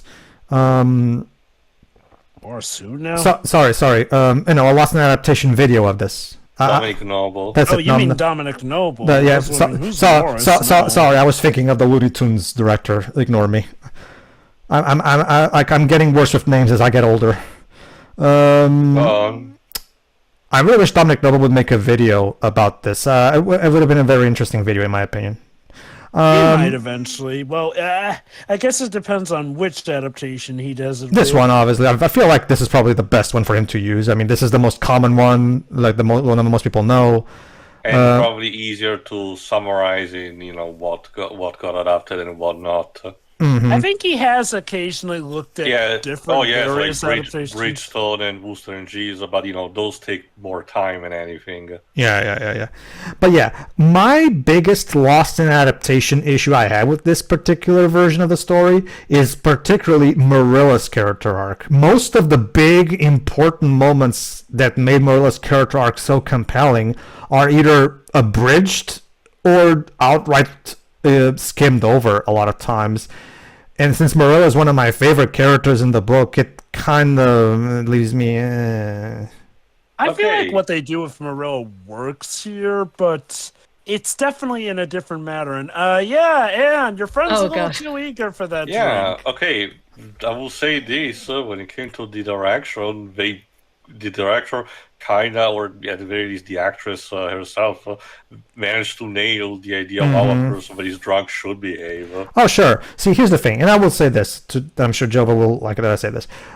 Even though I have my issues with this adaptation, I will not in any way take away that Kevin Sullivan put a lot of effort and care into this. Obviously, the end result is not my ideal version of how I would have liked this to turn out, yes. But that doesn't change the fact that it's abundantly clear that this was the first non-animated adaptation to make a genuine effort to try to be faithful to the book in some kind of way. Keep in mind also, I think aside from the anime, this was the first version that wasn't just a movie. Yeah, and like I said, my issues with some narrative decisions aside, again, the actors are trying, the director is clearly trying, everybody's definitely trying, and they're definitely trying to do a good job. So I do not hold any ill will towards the people who made this up. But now, if you're talking Anu Veni, now that's a different story. Yeah, that's kind of how it felt like towards the end of Joker Folia Do. I will say that. Oh boy, Deji and Pedro have heard. Yeah. Honestly, I just find that movie boring. To be honest, for you. It's such a nothing burger of a movie. Oh, you've seen that movie? Yes, I have. Yes, I have. Like I said, Jova, me, Pedro, and Deji saw it on Halloween night. And that's again, right. And again, I got plastered much worse than when we did stuff like the ending of Faith and Seraph. I've definitely heard things about that movie, and yes, but that thing was so bad apparently that it came to streaming and DVD I think the same month it released in theaters. Yes, October. That's because it was a box office flop. That's typically what happens when a movie is being a box office flop. Companies will just take the L and release it digitally. Anne might be very resourceful, but we need an adult in this situation. Mm-hmm. Yep. She might have looked after lots of small children, but she hasn't done this before.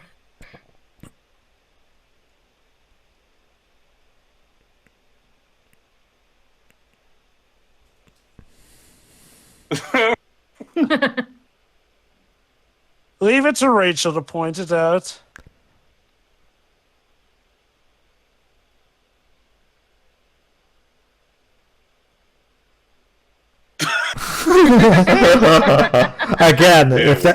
If there's one character that they nail perfectly, it's Rachel Lynn. Yes.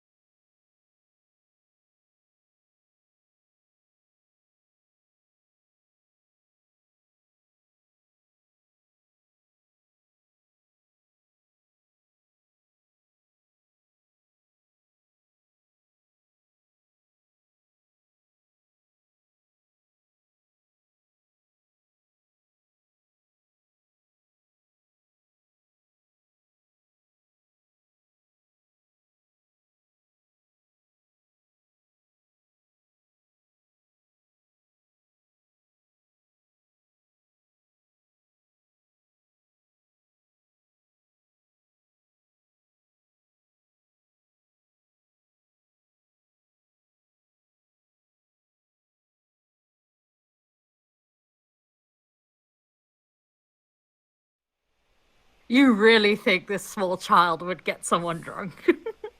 She's an orphan, Shiroi. They have no direction in life. Ugh.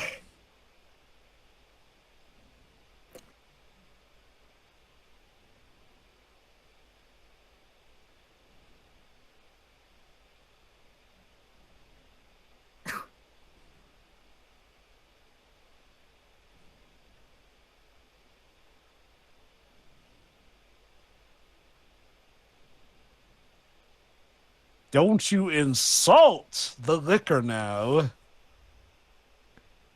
Damn! That's such a power move. Even the Reverend tastes my wine and loves it.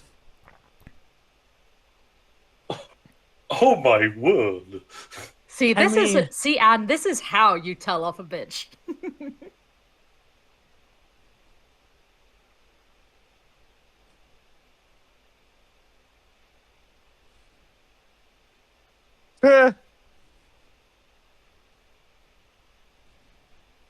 After what you said, probably could be heard from outside the house.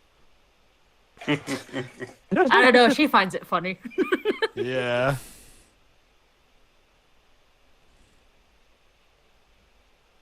Yeah. In hindsight, I guess it makes sense that this would be where they would end part one. Basically a cliffhanger. Oh no, what will happen to Anne and Diana's friendship, basically. Mm-hmm. Yeah, again, as a kid, I always wondered why the teachers ended the movie at this part. Now I get it. It probably was just the end of his tape. So I'm guessing you only watched part 1, is that it? Oh, no. I saw both parts. Okay. It's just that we saw the second part on a different day. Or at a different time or something.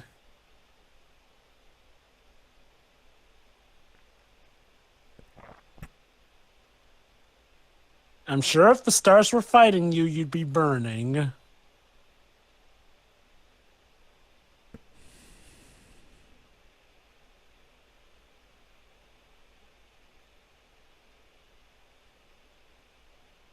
But hark! There is still a way that they can communicate. I love Moreau's expressions in this.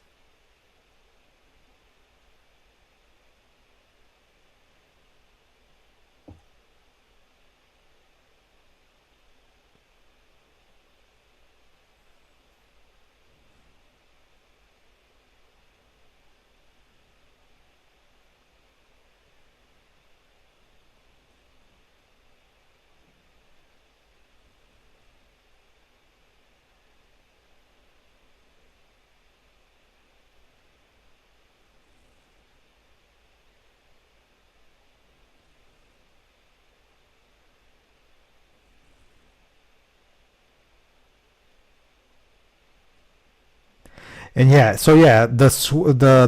oath that they make at the beginning of their relationship in the book is reincorporated here at the end of part 1. I was wondering where that was. You know what? I actually like this in a sense. I mean, now I think it works for both angles. You know, like, well, obviously in the anime it's to establish that they really were dead set on being friends. Here, though, it's a good test of their friendship that, you know, even in these dire times, they're still swearing to be friends. They did this because they wanted the cliffhanger ending of part 1 to have some big dramatic pull to convince people to tune in the next day to watch part 2, basically. Definitely. See, I don't mind changes like this, for the record. Like, I don't mind necessarily changes. I just want the changes to have a good reason like this one does. And I still think some of the omissions I've listed feel like they could have been avoided. Also, interesting enough, I was checking a bit if there was interesting trivia on TV Tropes, Pedro. Your statement about Megan follows, at least what you think about her performance, might have something, because it's mentioned here that she was initially rejected for the role by the director. And she only won it later on following a stronger audition. I don't know exactly what happened, but I guess she was more convincing on that. Maybe it's because of that she can manage it. She can manage. There you go. These are intermission. Ladies and gentlemen, intermission. Now it's time for you to refill your popcorn buckets. Go to the bathroom and all this Go stuff. to the bathroom and do all of your stuff. All right, everybody, and that was part 1. We're going to save our final thoughts from when we're done with the whole thing, obviously, since technically we're not done yet. So, all right, so tune in next time, I guess, for part 2. Yeah. See ya. See ya.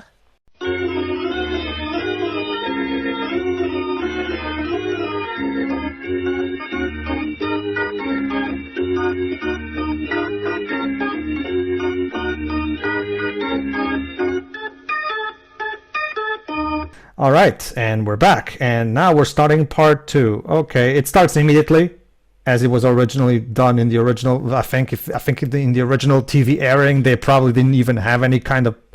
If they did, maybe it was something that was separate from the actual part itself. So, whatever. In the official releases we have nowadays, it's just part 2 just starts immediately with no logos or anything. It just starts immediately. And remember. All right. And remember, in the Blu-ray version, you can actually have an option to watch this as a 3-hour movie. So, all right. So let's just start. 3, 2, 1, click. Previously on Anne of Green Gables Z.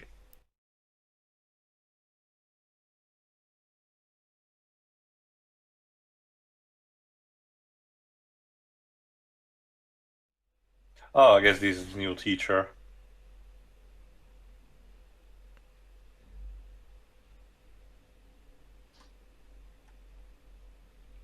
Forget if we ever got to see the new teacher in the end. No, I think that We did. yes, actually. We She Yes. did. she plays a big part in the book anyway, so we would have to. Miss Stacy. In the Takahata version, Takahata made her cool by even having her play ball with the boys and everything, right? In this adaptation sticks a bit, keeps her how she is in the book, where she's nice and she's really cool, but she doesn't necessarily play with the kids.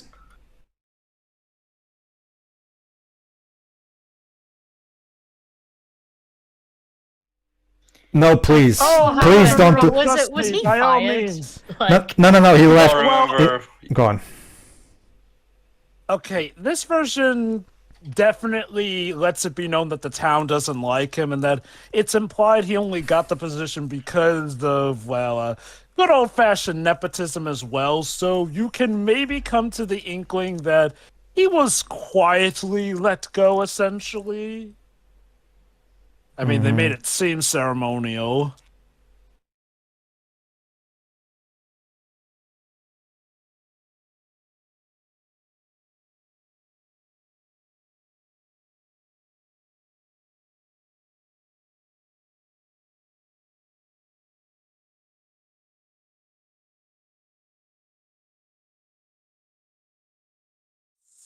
Gives a new sense of hope. The amazement well, you of already have the childlike most wonder. imaginative child in your class. She's a regular Miss Frizzle, that one.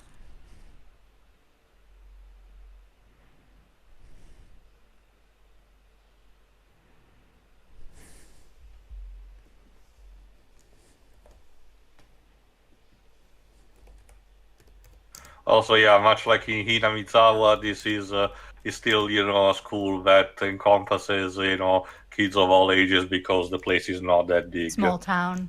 Hmm. Mm-hmm.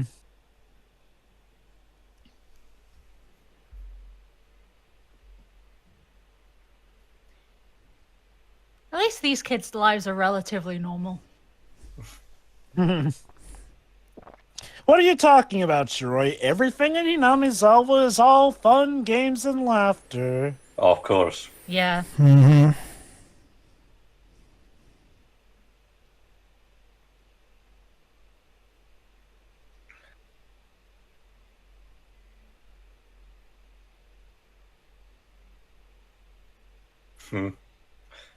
Busted.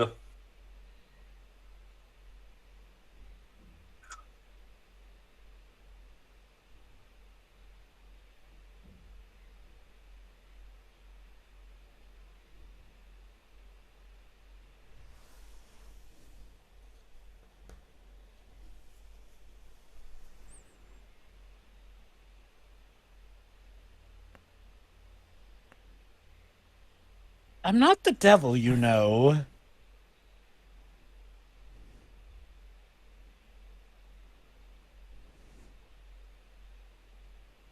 I mean, this is a much better teacher than the one in Child's Play 2.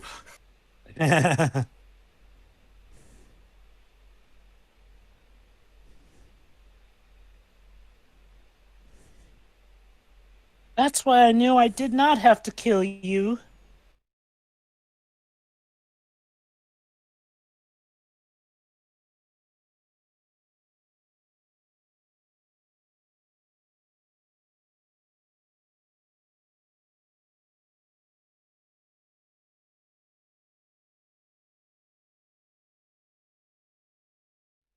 You need to hire Phoenix Wright, honey. Sorry, Joe. Or This is, his ancestor. yeah, also, Joe, but this is Ryosuke. Canada. Yeah, it would be Ryosuke. We need a Canadian equivalent of Iron Well- Ancestor, as in well, go cheap on. bootleg. Well, remember, going off of the timeline of the dub, we do know that Phoenix's ancestors eventually immigrate to North America, so he could potentially have services Oh available. no, I meant Joe, as in, usually the joke is that a Canadian equivalent is, are not 100% efficiently equivalent to, a North American one. Hmm. It's kind of like, the bootleg of North America.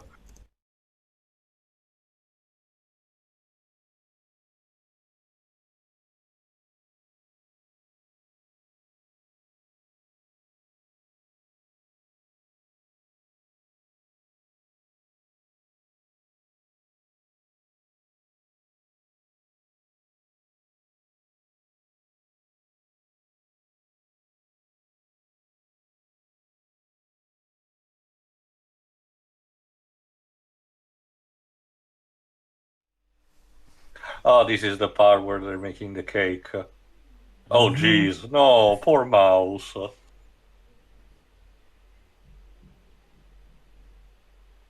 It died doing what it liked, snacking. I guess for the timestamp, this was probably his best way to go. But jeez. Yep. Yeah. Was that like a glue trap or is it? No, I think it was the mixture for the cake. Mm-hmm. Oh shit! Died of a sugar rush. Oh my goodness. Oh, It's boy.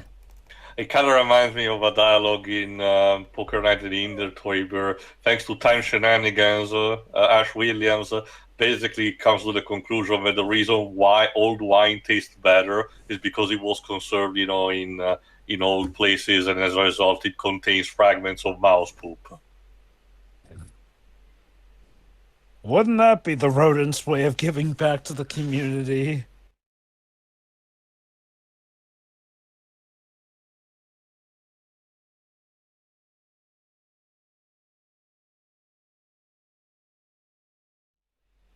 It's part of tradition, girl. Mm-hmm.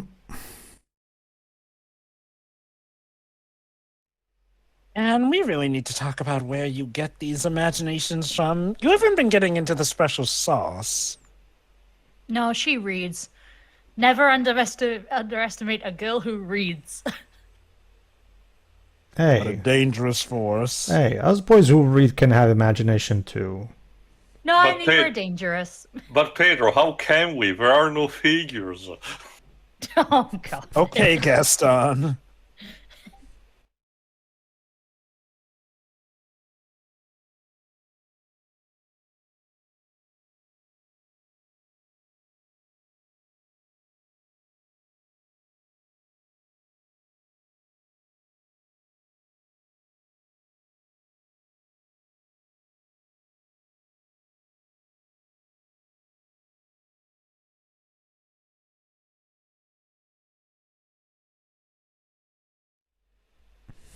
Yeah. Well, hot damn. Imagine.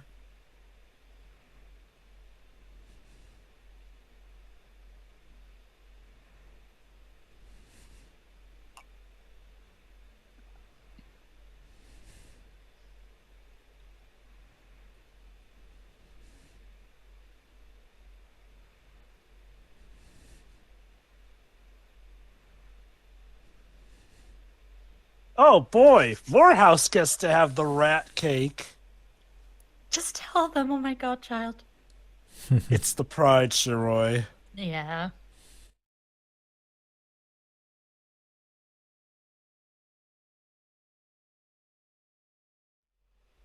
But it's not Christmas. The Doctor Who radio drama told me that plum pudding should be done only at Christmas.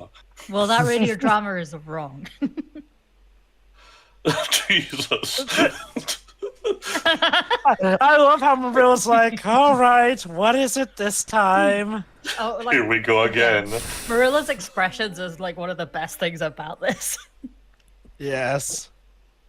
Looking at them on compare also to part one, they do remind me a lot of the old, and I mean relatively old, type of Stan Laurel and Oliver Hardy type of comedy.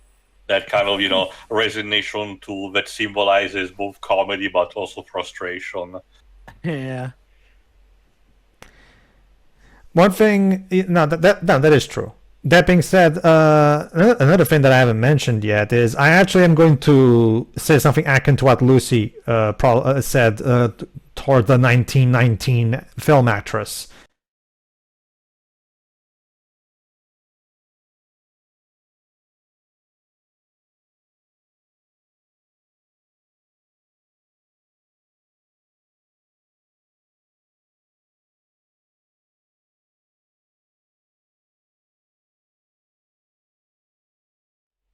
Yeah, I'm going to say something akin to, especially when we have Emma Beth McNulty, the one who plays Anne in Anne with an E, which literally looks exactly like how she's described in the book, right?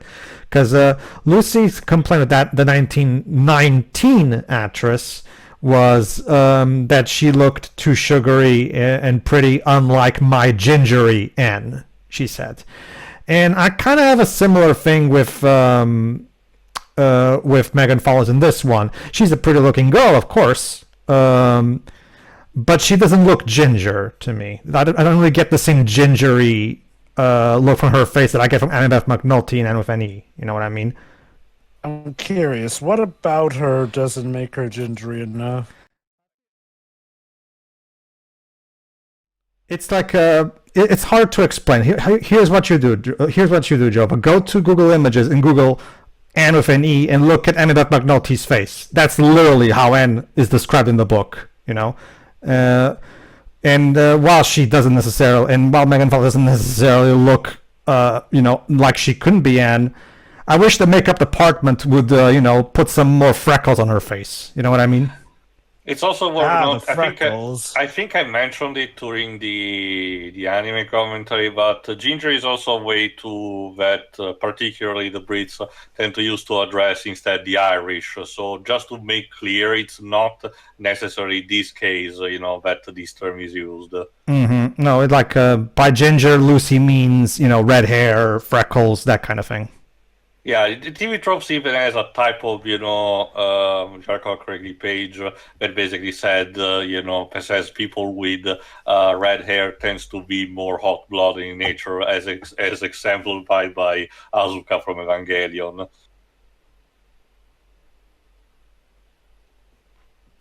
Also, I don't think we've seen yet. Can these products stop putting politics into it? Again. Allow me to ruin Alice in Wonderland for all you who didn't know that book was actually made as political satire for the time. Yeah, why can't we play non-political games like Undertale? Also, yes. I thought it because Lewis Carroll was trying to cover up his actual relationship with the real-life Alice.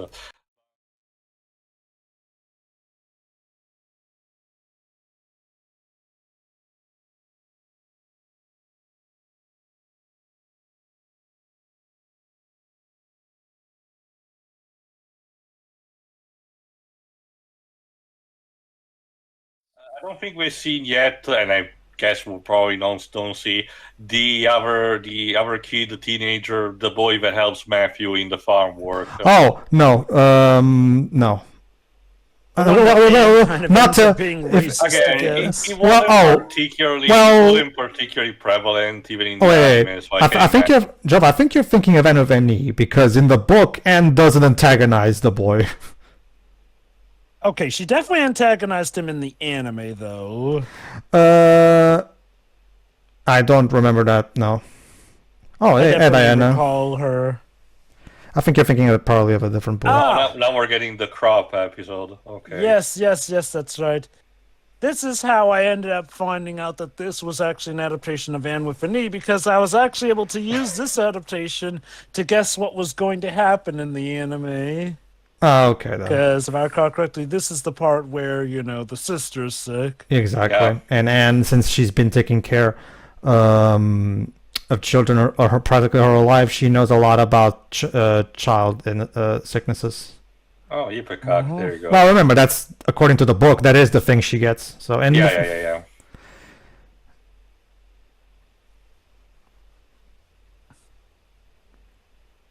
I have a love-hate for the relationship or the fact that these days people know about fuck me. The expectorant, Ipecac, just the expectorant. No, specifically Ipecac. No, just because of that Family Guy skit, which is awful. Wait, really? Yes. Huh. Well, if it helps, it was thanks to this story that I learned about the existence of this thing. So there's that. I actually have not seen that Family Guy skit. It's basically, to make it a long story short, Peter dares for everyone to drink it, and who survives the most without throwing up actually wins. You can imagine how that goes. Yeah. Oh, okay. Yeah, no, I have seen that bit. And again, it gives the wrong impression that it's a pointless medicinal, but as showcased instead here, it has the uses. Still probably gets used to this day still, even though this was back in the older days. Quickly, doctor! It's a matter of life or death.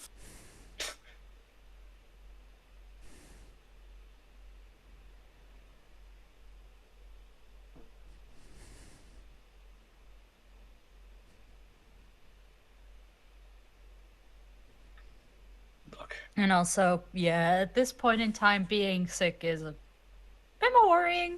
It's a Russian roulette, basically. There is a good chance you might die even for the stupidest thing. Mm-hmm.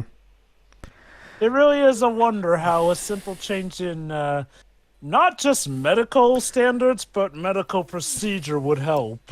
That being said, and Shiro saw season 1 with me, so she can back me up on this. Yeah, for whatever reason, in Anufani Jova, even Matthew gets a boy to help him out on the farm because, as Marilla says, Anne can help in the farm because that's just how things are done. Again, keep in mind Marilla's a woman from an older time. Yeah. Older times, yeah. Even by that time standards.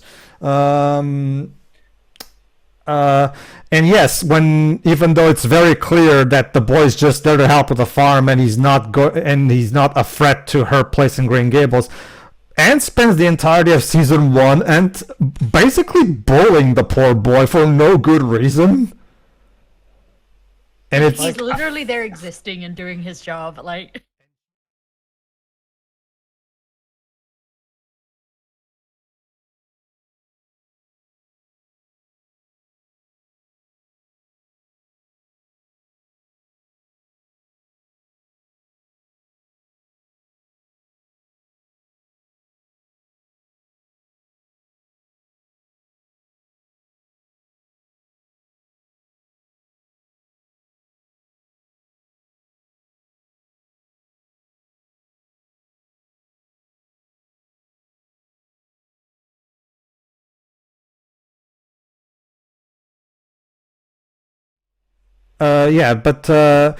for whatever reason, I have no idea what the hell that was about, honestly.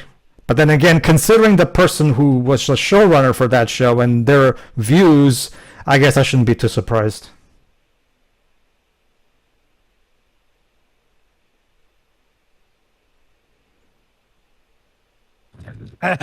That's again that particular. Politicians rarely do. Yeah. That's always been one of my favorite interactions between Marilla and Anne in the book, in the anime, in here, and Anthony doesn't have it.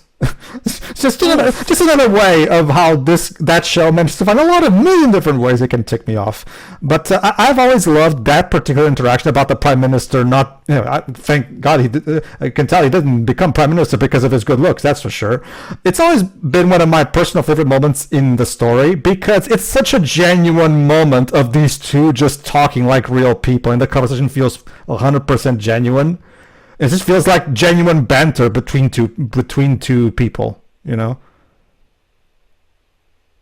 So from what I've seen, the negative reactions came a lot from fans of the books and fans of the 80s version in regards to Anne with an E. Basically, yeah. New fans introduce. Although, okay, for the sake of, if I'm not too mad about Anne with an E because because of its premature cancellation.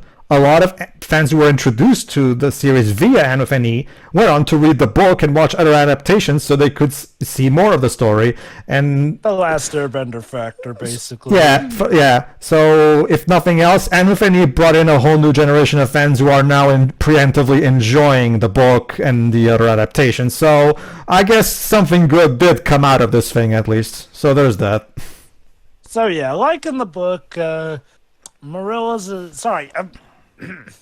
Diana's mother is repentant and thanks to this event is like, please forgive me, Dan, and she's like, you guys can be friends again.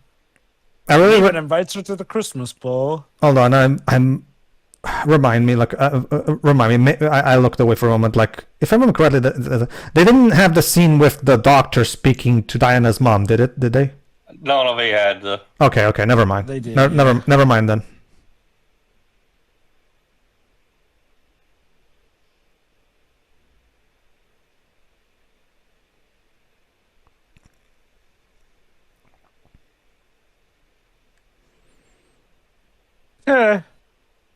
Remember what Marilla said. I will be raising her. Raising a girl is a woman's job. I mean, to Marilla's credit, I kind of am with her on that because the whole Diana's really just doing it. If me and Vanessa had a daughter for whatever reason, immediately the deal I would make with Vanessa was, okay, when she hits 13, she's your business. Okay, after that, I'm done. She's all yours at that point. No way am I touching that. I'll see her when she's 20. Bye. No. I know, like, you're being hyperbolic, but God. You guys know exactly what specific part of the parenting and the raising of a girl I'm talking about. So I'm not saying. You think you could come back at 20? Come back at 50 then, Jesus Christ. Oh, God. Like I'll be there for her in the other ways, but that other way that you know what I'm talking about, Shira. No, that's Vanessa's territory. Not now, sweetie. Father's on vacation. I'm on vacation whenever that happens. Okay. You can imagine how fun this must be for single fathers with daughters. Well, that's the thing, Drova. America will never shut up in telling stories about exactly that scenario. So I get the idea they want to tell us something about it. But yeah, no, Marilla is reluctant to let Anne go. It seems majorly because, well, the way she sees it, it's just Diana's mother trying to save face for how badly she treated Anne. Yeah. And I do kind of get it. Like, if I had a kid who was treated badly by, yes, even a friend of mine, I'd be a little reluctant for them to suddenly go, oh God, I was wrong, and, like, suddenly offer them the moon in return. I mean, it's deserved, but still, though.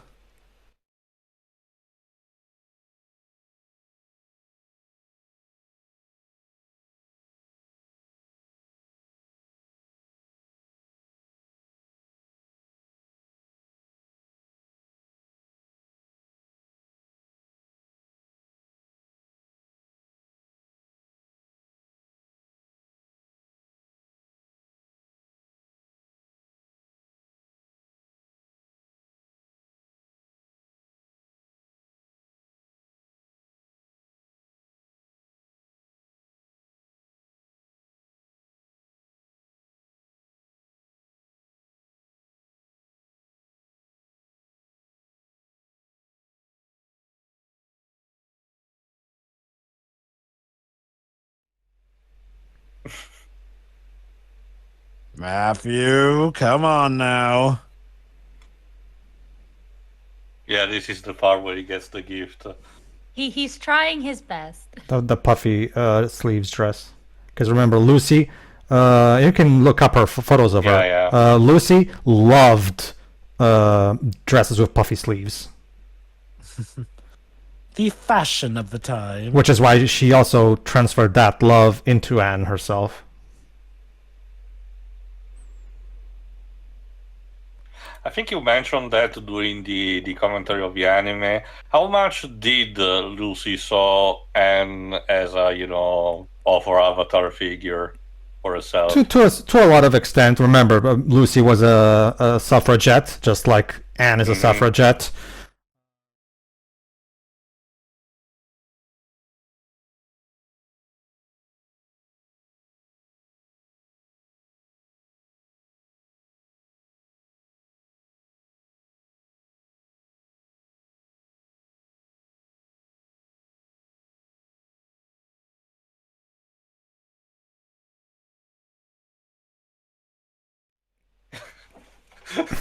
Oh my, Matthew, I didn't take that as to be part of your interest. Behind the shack at 9 p.m.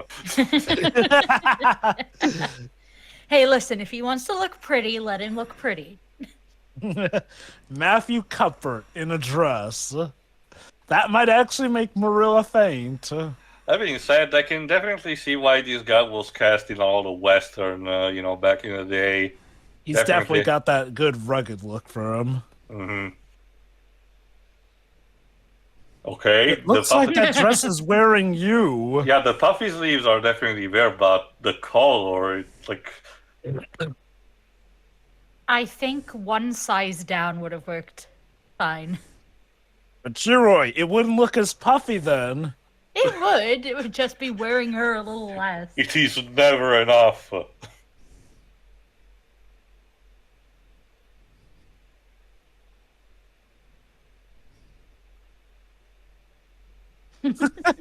I'm surrounded by traitors.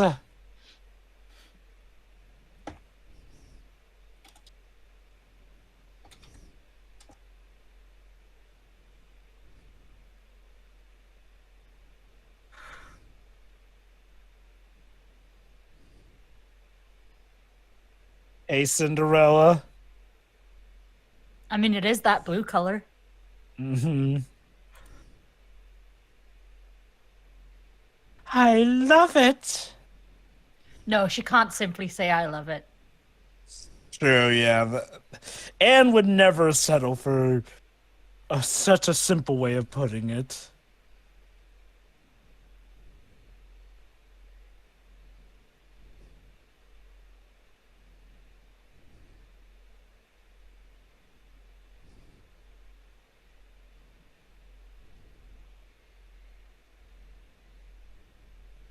Such a good bond. I hope nothing bad happens to him. Shush.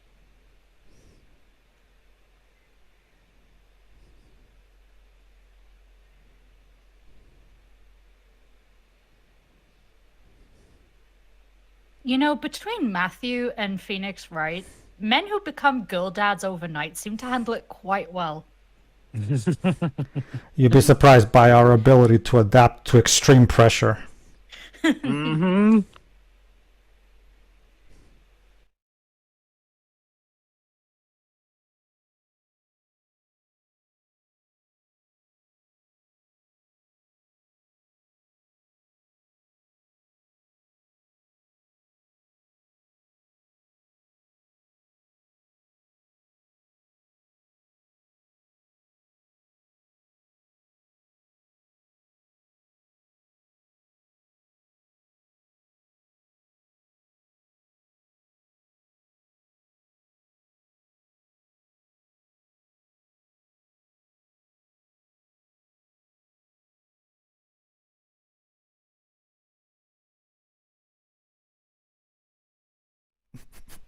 That's the bit. Also, yes, Anne, you totally didn't notice Dashing Gilbert. Totally. God, puberty's gonna destroy that girl. Yep.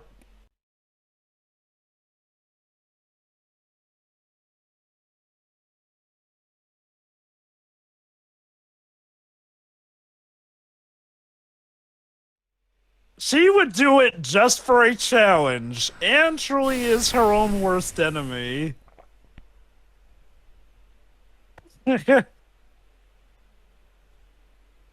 Very good, sir.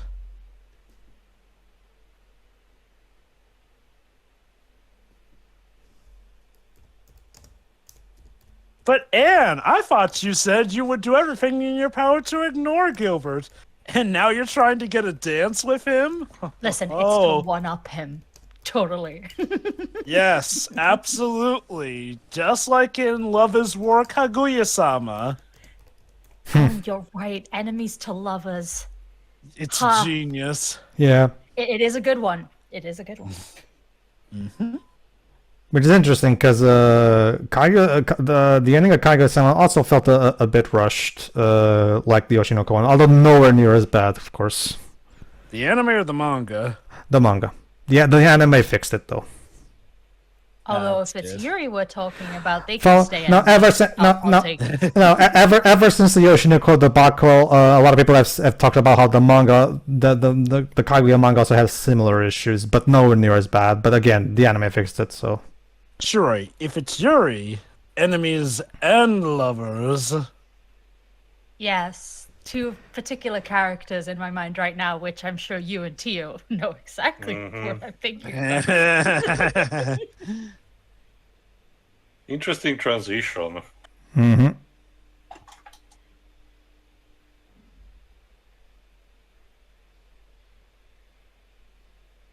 Hey, Anne, you want to look into the future on that one? God, if she could, I wonder what Hey, her Anne, reaction enjoy would your be. future. It's gonna be It's great. gonna be great.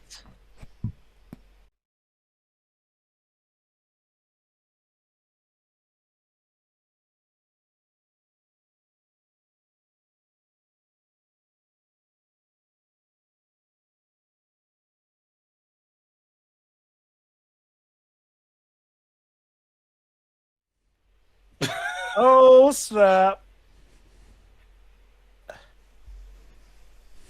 Oops. It's always an Aunt Josephine. Mm-hmm.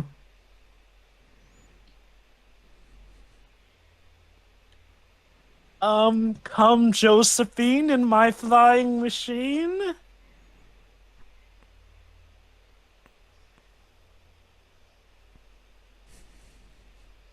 This is very unladylike.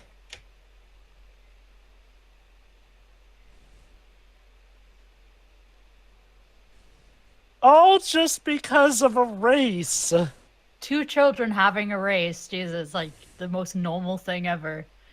And it's like they didn't even know you were there.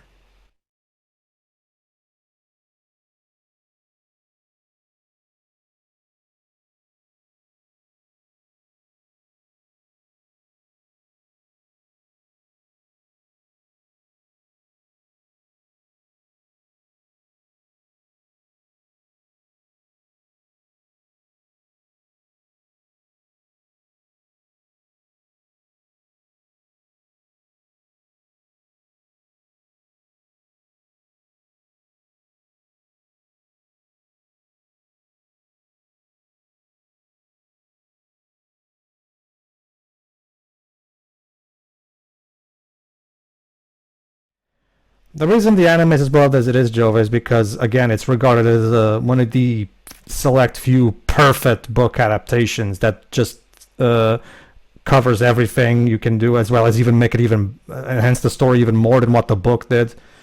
It's just one of those adaptations that basically renders it so that there's no need for more adaptations. But of course, there will always be because this franchise is very popular. I love how she just implied that Anne wants to kill her. Mm-hmm.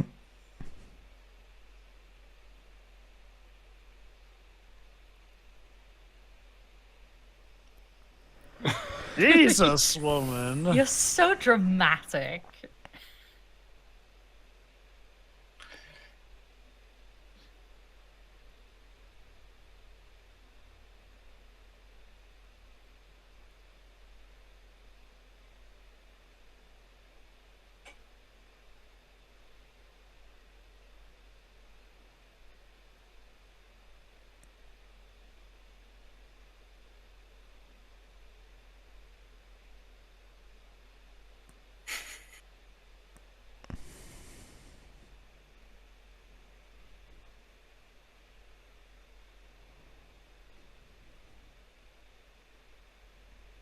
you smart aleck.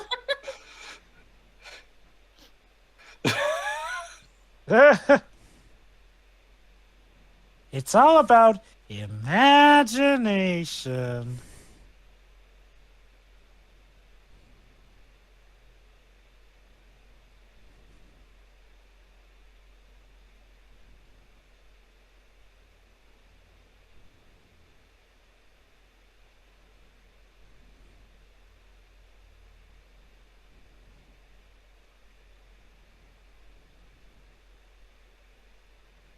Lord, the drama from this girl. I love it.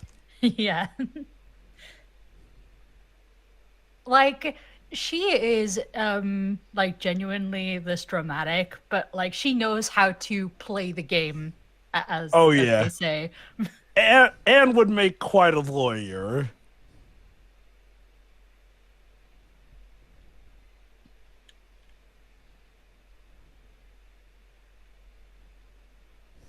That's why I like this outfit of Anne's. Definitely, the costume designer had a lot of fun with this series.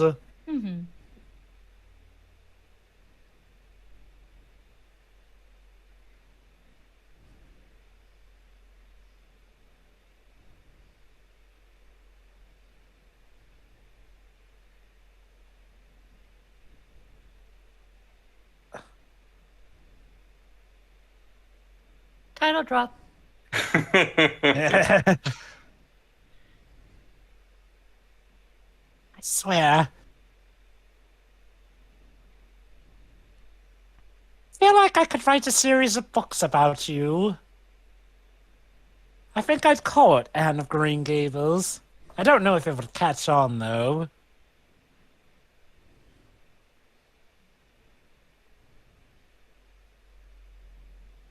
It's genius. She comes out one end about to be punished, comes out the other end practically rewarded.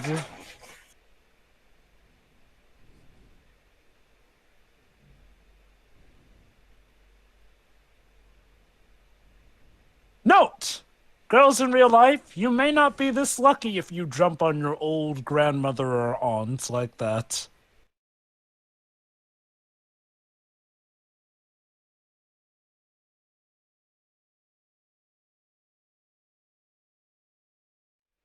Ah, look at them walking like they're in a little house on the prairie.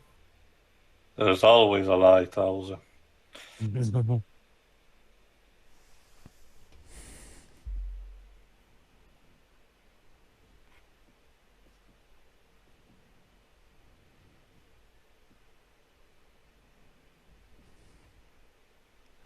All right, you might remember this particular chapter. Mm-hmm.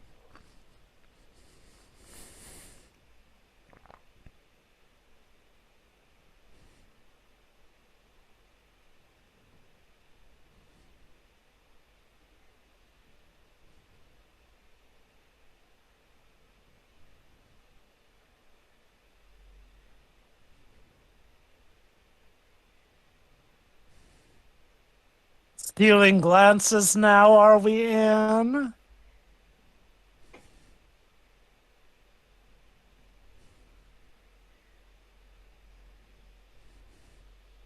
Come on, Anne, you're my favorite.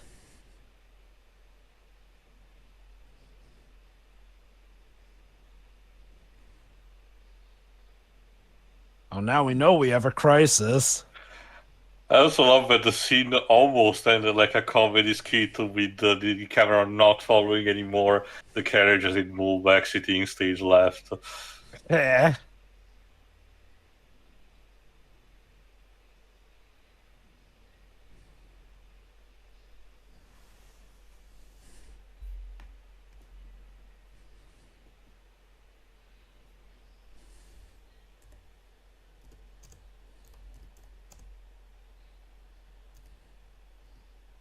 Huh.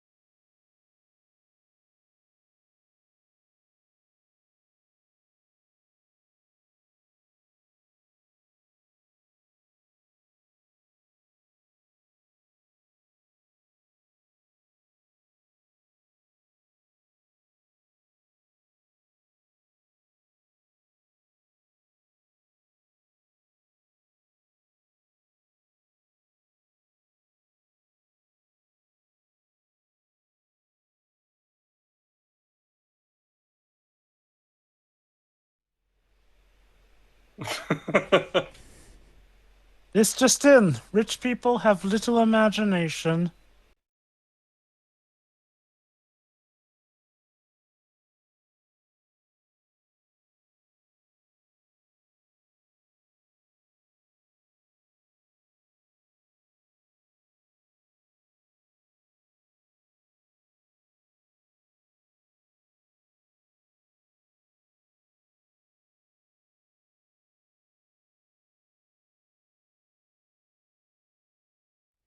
Never any in between with this girl.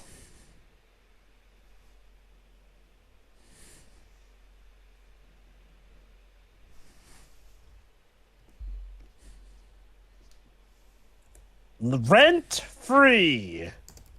Yeah. He lives like Jesus Christ.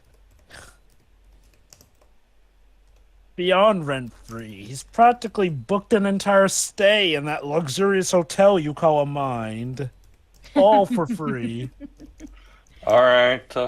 There's Time one for bit the I'm exams. trying to remember if it's like something I imagined or if it's something that actually happens in this story, but it's going to be a while before it comes up. So whether it happens or not, I will talk about Okay. it at that point.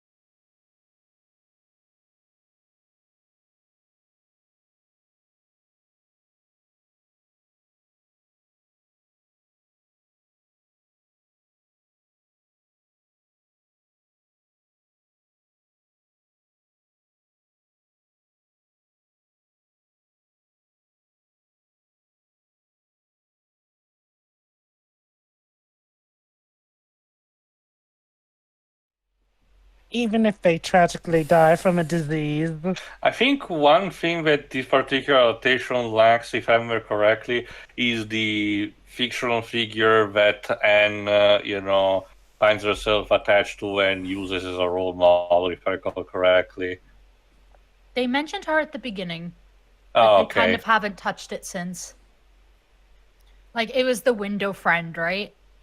No, I think it was that, but okay, pardon me, Pedro, I might have forgot. I think it is like a figure that the teacher tells about, and I forgot if he in universe is supposed to be a real life person or a book protagonist as well, that Anne finds as a proper role model for to become like Oh, her muse. you mean the new minister's wife? We're not there yet. Okay.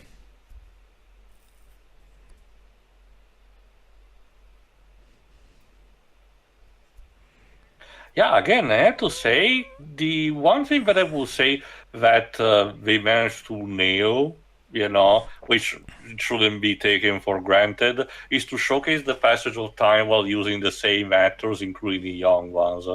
I wonder if there's some slight makeup work, but they definitely have a way of making them look like they've aged over time. Don't you see, Teo? This movie took 12 years to make. Don't you see? Basically, I mean, go on. like Pedro mentioned, this is like Canada's favorite child when it comes to storytelling. So I guess if ever there was something they would dedicate years to, even if it's like a miniseries, I guess it would be Anne of Green Gables. Also, oh no, someone invited Bianca Castafiore, run away. Got a grudge. Teen joke, Drova. Ah. Pedro knows.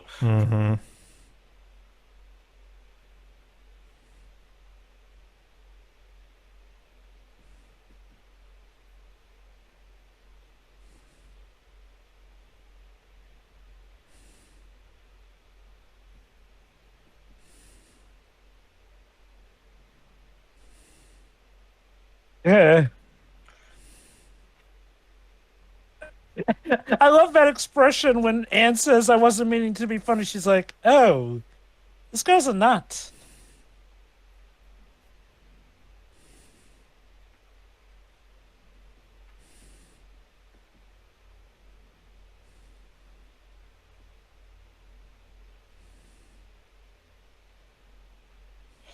God, I'm old. Again, in that kind of way, it reminds me a bit of Pollyanna. The idea that, despite the rough start in this case, Anne has also managed to improve also her life to an extent. Mm-hmm.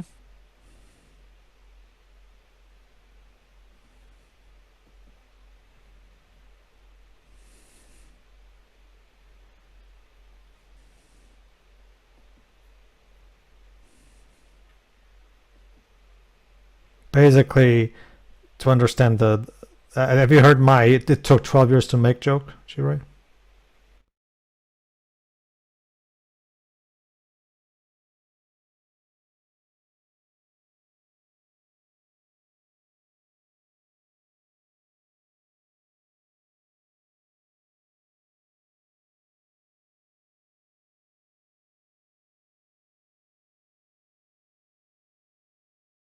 Basically, there's this movie called Boyhood, where the filmmakers and the actors literally shot it over the course of 12 years to accurately display the actors growing up in front of you. Basically, It's also a bit similar to what eventually Warner Bros. Did for the Harry Potter movies, technically. it's just a shame that they couldn't put that much commitment into a story that was actually worth a shit. I say you're not a fan of Boyhood. It's an eventual commentary. We'll see. From what I heard, Jova, it's basically what Pedro said. It's an interesting premise and potentially, but it's a bit similar to Unfriended. Interesting potential in something that should have been done at some point, doing the story of the art, but it's just squandered with that plot, with the plot.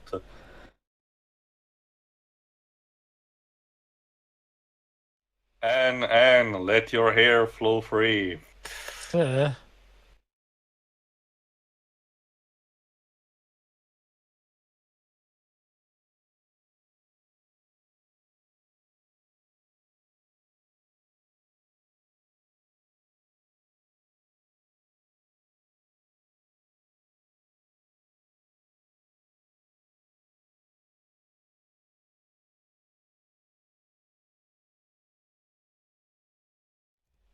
Very well. Mrs. Lindy, I think that was the figure that I was thinking about too.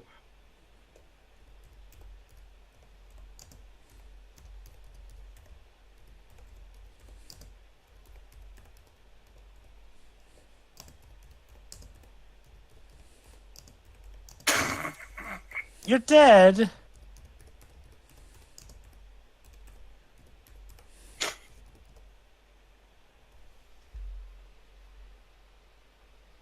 Hopefully that doesn't literally become her watery grave.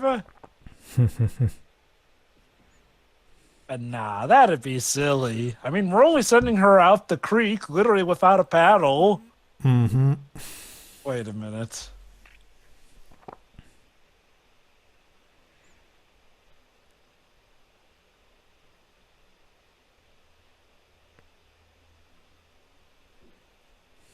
And no one can even hear you. Who are you playing for?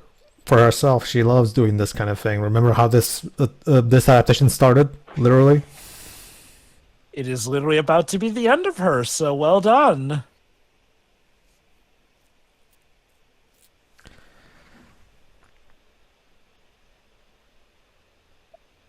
Hey, it's perfect immersion. Now you get to play the role perfectly.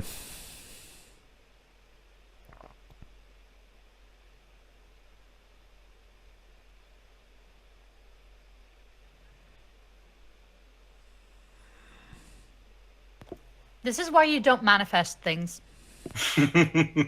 Oh, you will love the Persona 2, Shirai. Okay, I guess to their credit, they were expecting the boat to come on the other end, but yeah. Boy, there is never a dull moment with you, is there, Anne?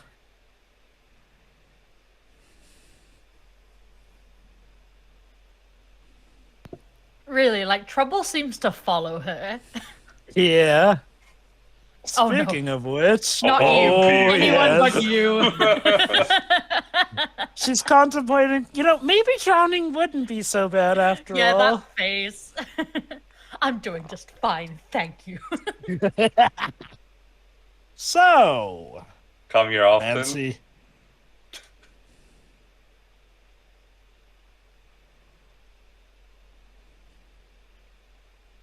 Uh-huh. Don't know if the fish will be biting. Just get on the boat, you stubborn girl.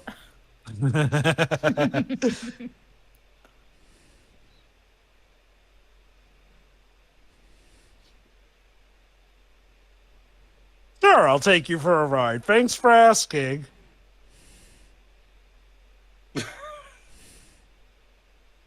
Okay, we just have to...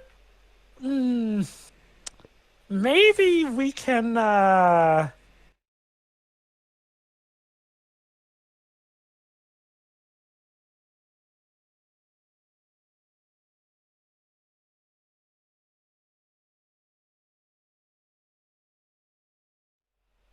And you're never gonna live this down.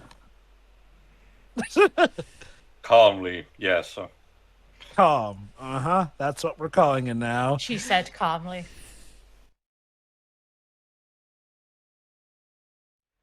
Probably best to go to your friends and let them know that they're not murderers.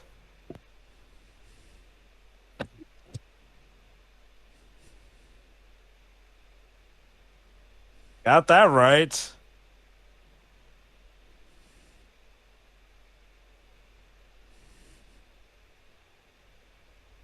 Oh, they're integrating with the results of Yep. the exams. Yeah, to save time. And once again, tied for first place. It's almost like you two are tied together by a knot of fate.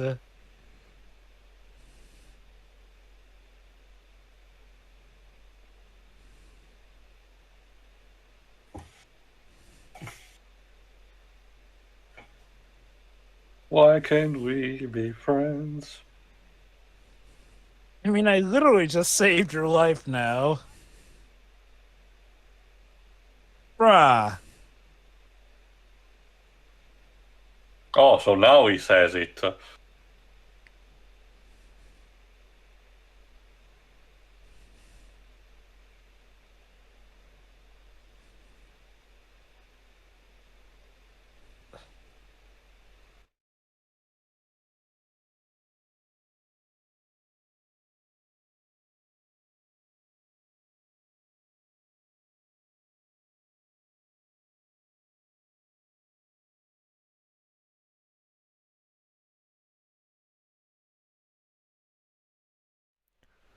Why do you girls have to be so I mean, nonchalant? She didn't say no. Yeah, exactly. It's It's like- never... Pedro asks me this often, actually. It's like It's never it's a like clear random Wait. answer. numbers. So What? you're telling me Wait, I did there what? is a chance. Wait. Oh, Jova just said, it was like, why can't you girls just give a straight answer? And I'm like, Pedro asks this Yeah. often. Yeah, exactly. Would it kill you to just say what I forgot, woman? Please just... And I said, no, you will get the vague Spotify playlists, and you will like it. Jesus Of Christ. course. See, I don't have this problem because I'm in a relationship with another woman.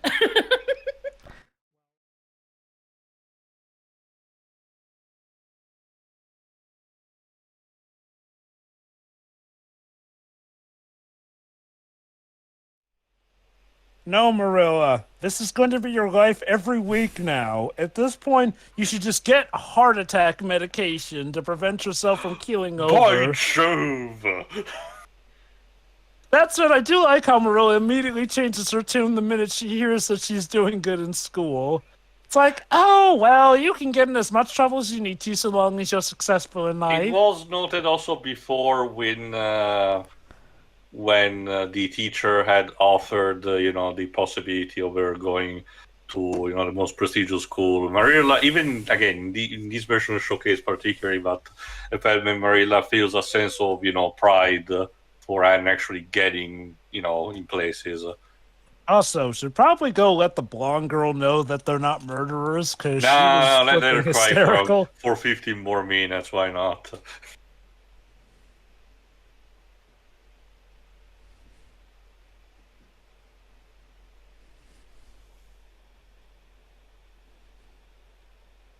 True. Okay, I don't remember this. Did Marilla and Gilbert ever interacted in the anime? I forgot. In Don't the recall them interacting in the in anime. the in the book, in the anime, no. They only interact later. Okay, that's neat. I feel like, even though it's a spoiler, I feel like now is a time I could bring up what I wanted to earlier. Go Go on. on. Sure, go on. Was it revealed, like, towards the end that Marilla actually had a crush on Gilbert's father? Yes. Okay, there we go. I didn't imagine that. No. And Ah. in So fact, that makes that little scene there quite nice, in actually. fact, in Anne with an E, they do expand upon that by showing flashbacks of when Marilla was younger and why that didn't pan out well. Okay. Did they establish that it was Gilbert's father who she was once engaged to? Not engaged, but yeah, she did like him. It's one of the better parts of the show. Because if anything, it's trying to do something that's actually based on the book. The book that this thing is supposedly adapting. Instead of just going off on its own fanficky routes. It's kind of a bit what happens in Final Fantasy VIII Jova, where the woman that Laguna used to love, has her daughter, and instead Laguna's son Squall actually ending up together. I will say, again, I want to be fair. Sometimes I can understand if an adaptation goes off in a wildly different direction. Sometimes it can work. Of course, that does not mean that an adaptation has carte blanche to always do whatever the hell it wants, as stuff like Last Airbender and Dragon Ball Evolution have showcased. You were very particular on our Secret of Nim commentary about how, despite being a great movie, as an adaptation, it's a bit questionable because it apparently changes a lot. The magical elements Yes. were completely new to the movie, so the whole prophecy and stone thing, yeah. Yeah. And if I recall correctly, the Jada was completely original to the movie. Like, I don't think there was as clear cut an antagonist in the book as there was the movie. It's also on the matter that, depending on their success, adaptations that deviate can still inspire, have a ripple effect of inspiring if they manage to resonate enough with people. The aforementioned, Secret of Nim adaptation, despite the changes, was enough to influence Games Workshop in creating the Skaven race, in terms of their aesthetic and technology. So there's also a matter of that. It's not just, judging, if it was more. Oh, sorry.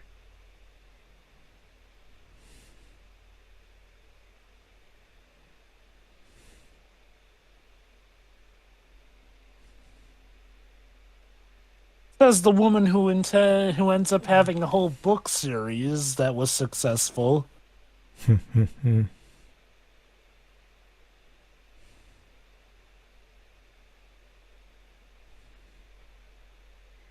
Have you, Anne? Have you? But That not was too because you easy. asked. But it's not because I like you or anything. Vaka. My God. Again, Oh no, Rachel sees this. It's really like with Azuka, like. Oh no. Oh The, no. the gossip lady has seen it, Shiroi. It can't be put back in the bottle now. Scatter.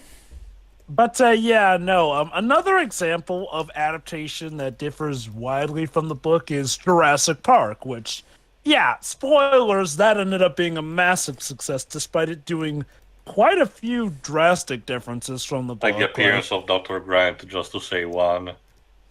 Yeah, or the fact that, some characters who were assholes were made nicer, or vice versa, essentially.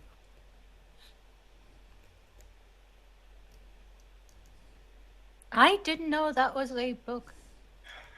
I'll tell you more when we get to the generations of that. At least the Okay. first movies in need to.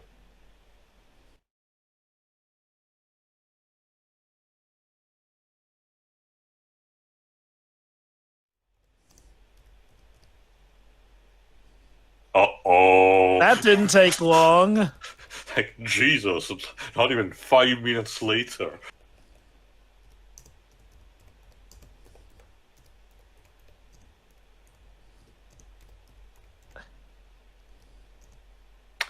Well, Well, back to my paper.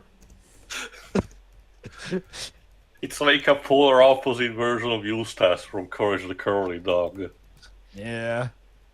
It's clear who wears the pants here.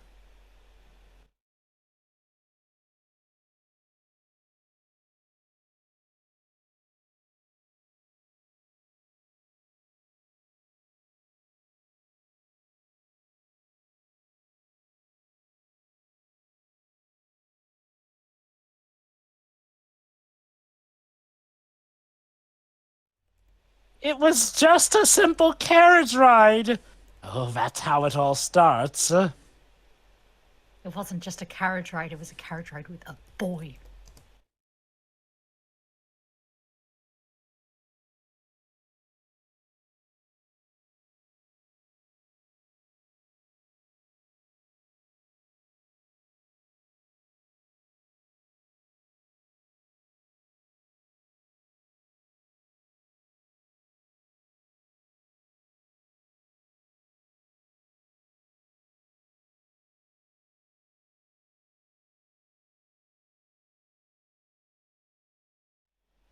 It's basically her way of saying, be careful about getting tied down.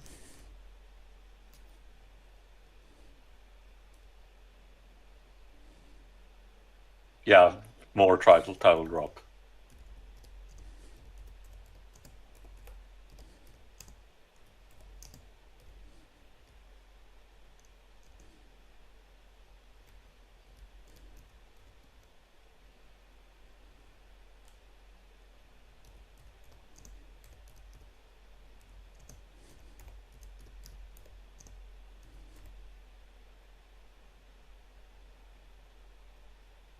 Uh-huh.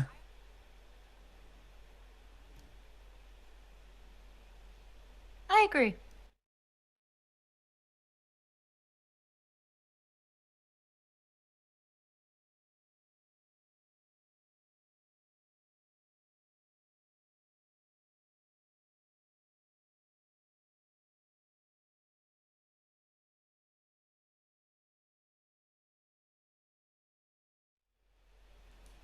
Also, is like rejection by letter similar to rejection by text? Is that? Oh, God. Yeah, I guess by the time it would be. Especially since she's having another girl deliver it for her. Yeah.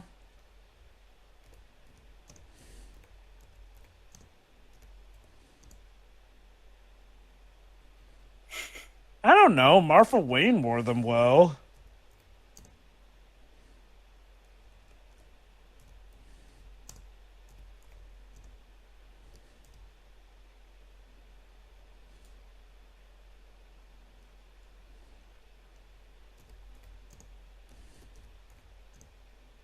Oh yeah, I guess she didn't put up the other glove. I found it was a bit weird, but yeah. Mm-hmm.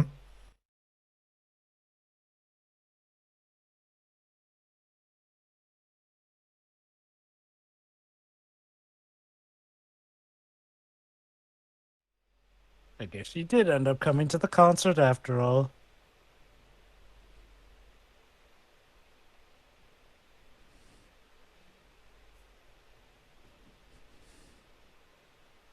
Hey.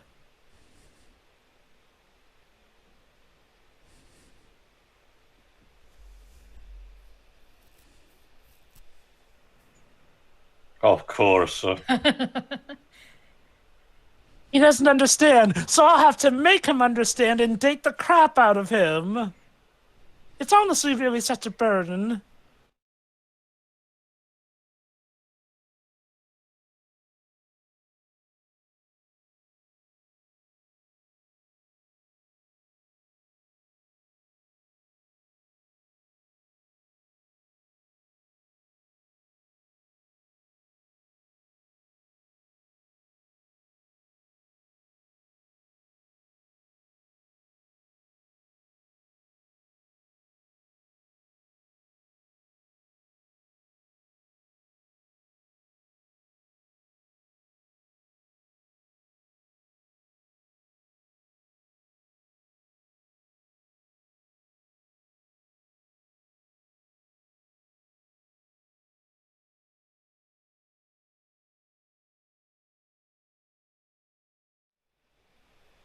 Also, I think I might have mentioned this in the original, in the anime commentary, but I was wondering about the presence of a bit British flags. But apparently, from what I checked, the history of Canada gaining independence was very gradual. So I guess in universe at this point, it was in its early stages. And still part of the Commonwealth. Oh yeah, sure. Again, I'm talking about becoming a full-on independent state.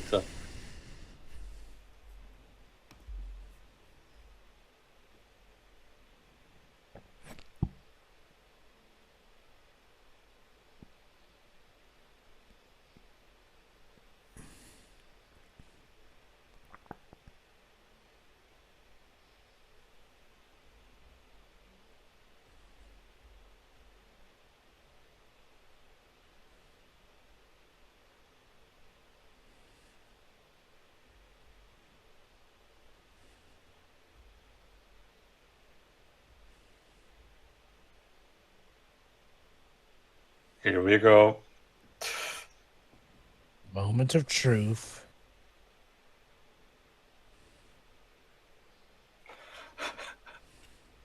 I think they're talking about you. Yes.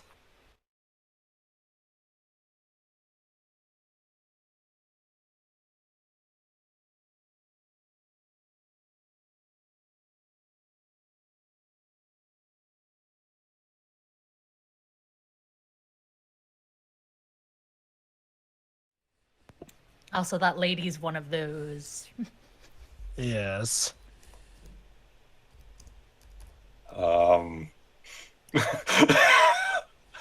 Line?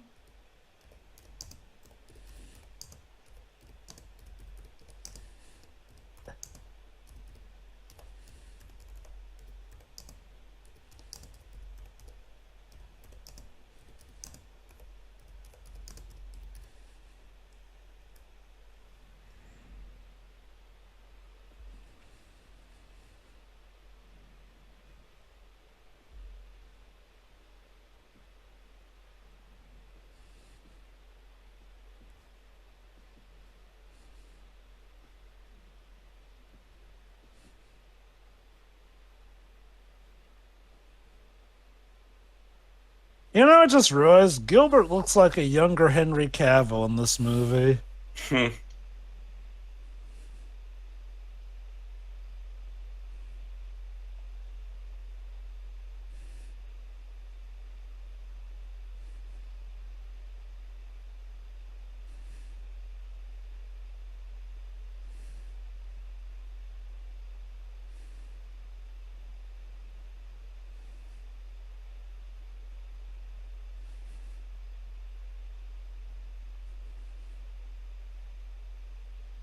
It was a beautiful rendition of Bonnie and Clyde.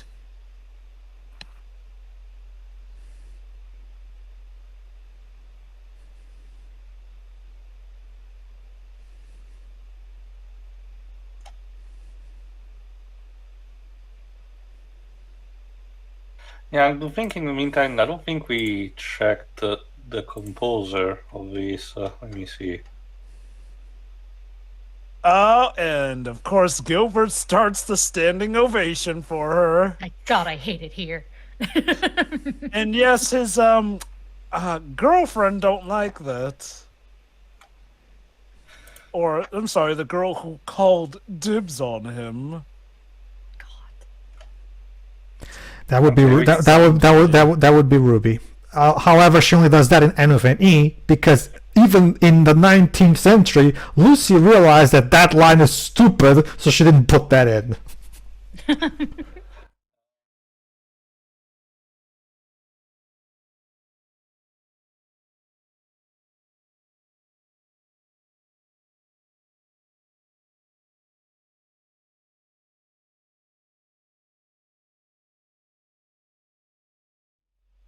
Right, Josie Pye. No, in this never mind. version. I keep forgetting that Josie Pye is also blonde in this version.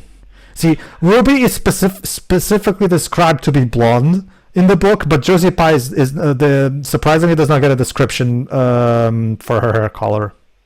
So what? They basically merged Josie Pye and Ruby into one character. No. Josie Pye. No. It's Josie and Ruby are still separate characters in this.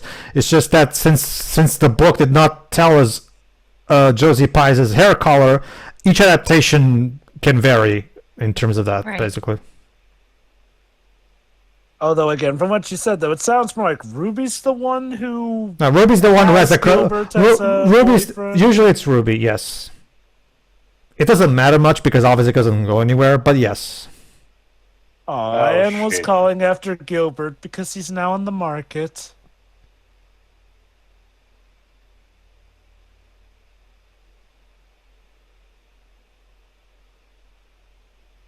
It's not like I can go to his house and talk to him personally or anything.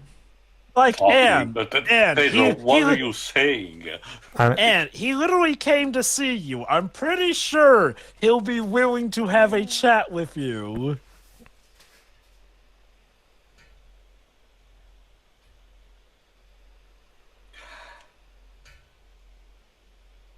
Yeah, also I checked, Wikipedia only tells me about the theme music composer, not the composer for this entire thing. Weird.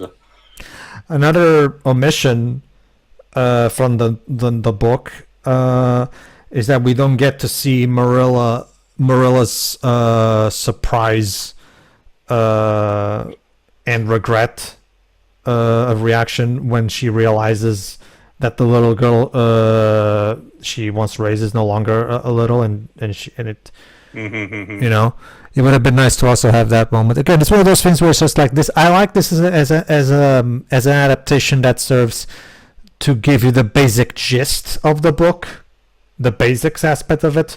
But in terms of actually conveying the entire story in all of its glory, definitely the anime, because like I said, there's still quite a lot missing in this.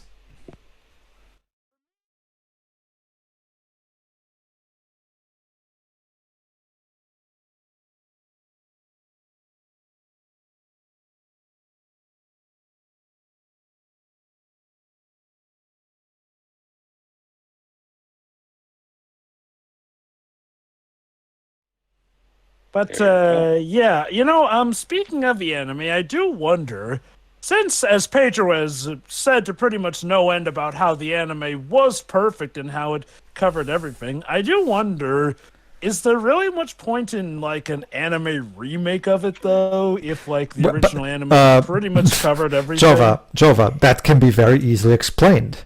In the Why? in the wise words of the legendary Tony J, we've got to have money. I'll give Tom and Jerry the movie credit. It did deserve to have that scene and that song be memed to make it immortal. That's the only thing that good thing about that movie, in my opinion. The memes. But still, Yes. Jova, that's basically the point. It's similar to how Pedro, I think, or Toy, I forgot which specific one, is redoing the early sagas of One Piece in anime format. It's also for the same really- reason. Not sorry. really for a matter of quote-unquote preserving, the story, but it's really just to get a quick cash grab. It's also for the same reason. The same reason for why we get so many Pinocchio adaptations, Jova, because it's such a popular book that you're constantly getting adaptations because it's just that popular of a The book. Pinocchio exploitation is real. Of course. But the thing is, like, in cases like the One Piece remake that we are kind of sort of getting, and, the Pinocchio different takes, like, the thing is, those are takes that have differences, though. Like, the thing about the anime, though, is, like, the anime kind of already covered, like, everything. Like, like, at least with, like, a lot of different adaptations or takes, we could say, okay, maybe this adaptation or this remake is going to cover stuff that was missed here. And, like, If aside anything, from... it would be the better opportunity to finally instead adapt the sequels, and connect that to the original anime, which, as we showed, as we we ourselves seen, for the commentary, is in pristine conditions thanks to its preservation. So it does make me wonder if that is the main motive, like, to make a season 1 that follows the book, and then for future seasons, finally be able to cover the other books, essentially. Like, that's the one reason I could maybe get, like, it's like, okay, we want to do the other books, but we also want it to be consistent with the first season. So that's that's like my best guess, whereas, aside from money, they'd be doing it. If I were them, normally... I would just skip straight to the second book and have it posed as a sequel to Takahata's adaptation. I would personally do that as well. Because remember, they also posed their adaptation of Before Green Gables in 2009 as a prequel to the Takahata anime. So might as well keep that going as your method, right? So I've heard mixed things about the prequel anime. Like, how is it overall regarded? It's fine. Consensus. It's fine. But usually if it's not written by Lucy, usually it's something that's not as good. It might still be good, but not as good as Lucy's original works. Oh shoot, is that the blonde from earlier? If that is, good job portraying that passage of time with her.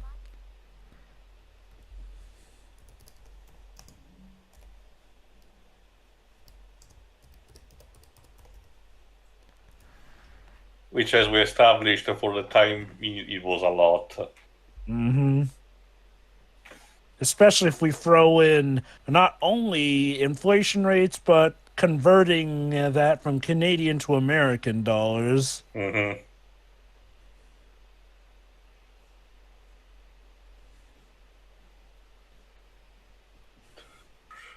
But yeah, no, it's not just the makeup. They even arguably managed to make Anne look definitely taller than she did at the start of the film. I don't know if that's a filming technique or they're having the actress wear lifts or something, but good stuff.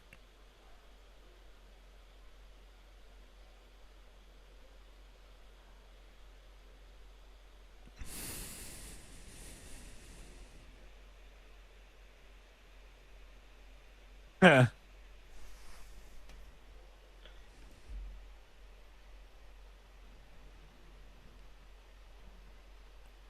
You know what they say? Money can't buy the things you really need. Except for a house and a bed and clothes and food. Yes, Joe. We already know that you take an issue with the whole money doesn't bring happiness spiel. I mean, look. I absolutely do get where that comes from, essentially. And, I do get it. The idea that high wealth is not a replacement for what really matters. It's just always funny to joke when people say, money can't buy what you really need. What they should do is rephrase that to money alone can't bring you happiness. That's what they should say. Money alone. Yeah, that's a good rephrasing. Not to mention, if the state actually did provide you with those things, you wouldn't even need money for it.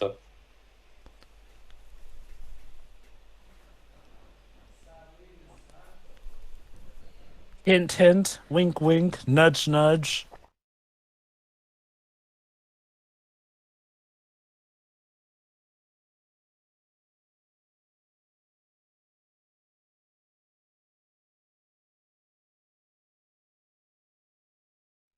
Okay. Bye.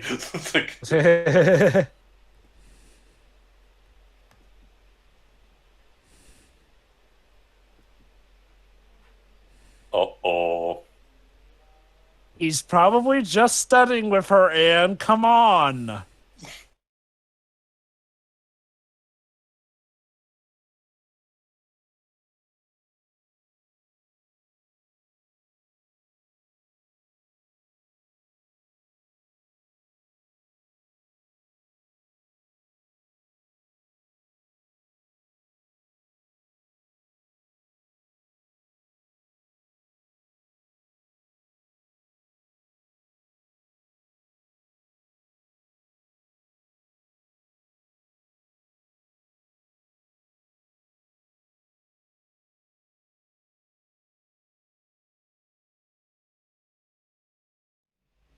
Imagine quoting Rachel Lynn positively.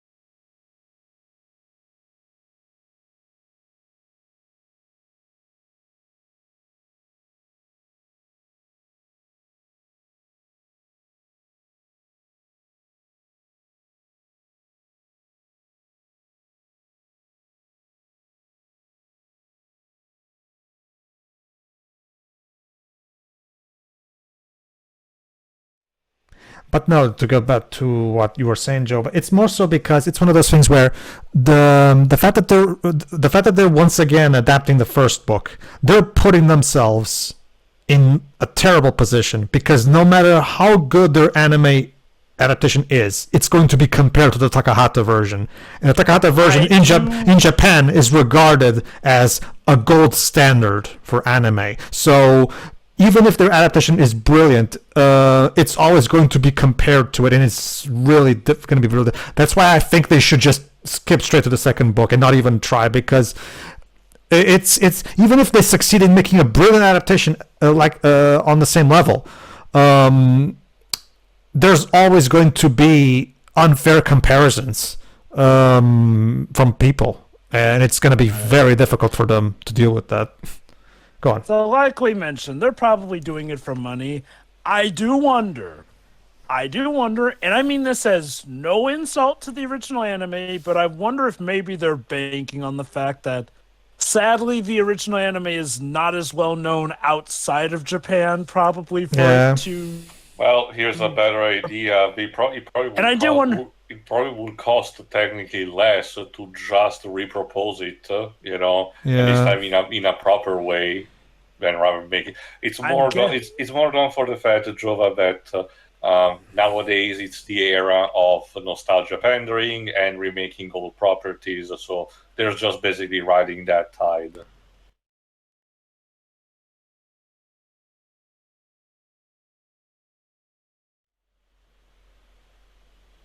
That's preposterous. I mean, you practically wrote it all over yourself. That's just preposterous. But yeah, carry on. We are in an era of anime. We are in an era of anime remakes, but I want to give credit to stuff like Urusei Yatsura or Rama One Half. Again, those have room because their particular animes were made, well, kind of alongside their mangas. So there was some stuff they missed out from the mangas, or again, there's completely new stuff that the animes can do, especially since, they are very episodic, so they could come up with completely new things. The Anna Green Gables stuff, not so much. It's happening now. Yeah, here we go.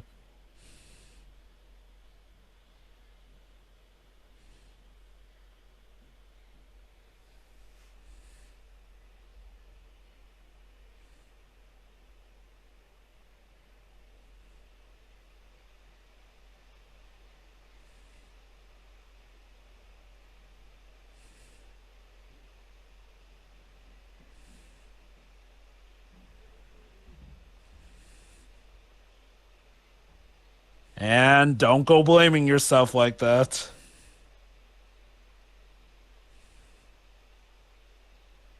Aww.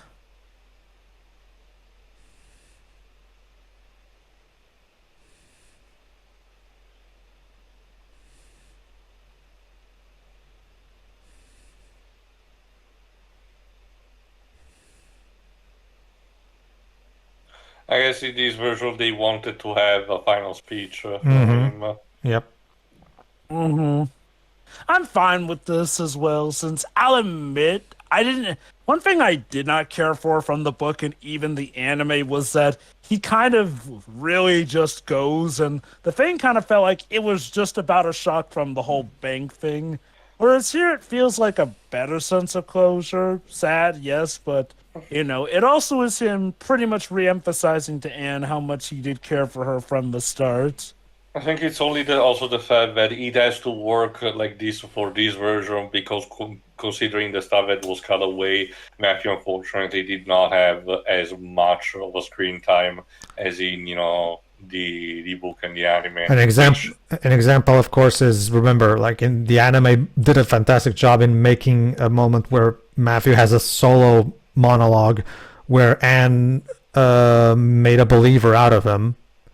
And his reflection on how both him and Marilla owe much more to Anne than she does to them. So again, not having some of those moments in here would have made Matthew's death scene that we just saw even more impactful. So that's why I'm saying it's a bit shame that again, if only this thing was made into a proper TV series, not a mini series. Yeah, because that scene was very nice, but it could have been more overall. 'Cause how many episodes is the anime? 50. Right? 50. Yeah, that seems about right. They cover the entire book basically. I'm guessing the anime was like the. Okay, part of me wonders if, again, Anne of Green Gables was seen as a bit of a risky endeavor to make like a series that long for by most. I'm curious how. Okay, I know that the series is well regarded now, but like, how successful was it? Like, it was like in Canada, it's the most beloved book they've ever made. No. I'm talking about the anime series. Oh, the anime series. In Japan, it's regarded as an all-time golden classic, and I have yet to see an Anne of Green Gables fan who watches that anime and doesn't like it. Yes. That's reception, but I'm wondering like how. Financially, in Japan, it was incredibly successful financially. And I can consider it was exported all over Europe, and it was very successful over here. I can tell you that much. Again, Java, it seems to be more of a case where the only major country it wasn't released was, the United States. And Canada. Ironic. Remember, Jova? They didn't release it in Canada. Yes. Crazy. It's like making a game about Joanne d'Arc and not releasing it in France. Oh, wait. Imagine, it's like if I made a Pinocchio movie, I don't release it in Italy. Also the World Masterpiece Theater adaptations were also like a very popular thing in general. Mm-hmm. So it also had being a part of that. You might remember, Joe, back when Resident Evil 4 remake was about to come out, Capcom had a marketing campaign where they made World Masterpiece Theater parodies of Resident Evil 4. Those were so fun. Yeah. Also, I'm pretty sure Justice for All actually references it. Yes. Yes. Pearl mentions having watched it. It's called World Masterpiece Theater because the goal was to take masterpiece novels and provide faithful adaptations that comprehensively adapt everything, basically. But it's called theater for a reason. Like, it's giving you a chance to watch these books if you don't want to read them, basically. I forget, why did they go under? They didn't go under, Joe. It's just that the anime industry just switched direction. New trends came up, basically. Shonen anime took over, for example. And kind of never left the building. Remember, that's why Hayao Miyazaki, in particular, has so much disdain for anime, because he preferred how anime was before the shonen genre took over. Back then was a quiet, old-fashioned fantasy, character-driven story, and he doesn't like stuff like JoJo or Dragon Ball or One Piece. It's also the reason why instead Go Nagai manages to be remembered well to this day, because despite that he did so many different stories and different genres that it's bound to be remembered positively no matter what happens. What I know most about shonen is like it definitely made it so that anime is how we kind of know it nowadays, much more action focused. That's not to say that we couldn't occasionally have more gentle anime, but it's like when shonen came to town, chances were you needed to have some flash and dazzle, essentially. Especially when it came also to anime, getting to be big outside of Japan, too. Also, okay, I think we didn't get to the scene where when Ramiro mentions about her eyesight. That's supposed to happen later. If I remember correctly, we're about to get it, I think.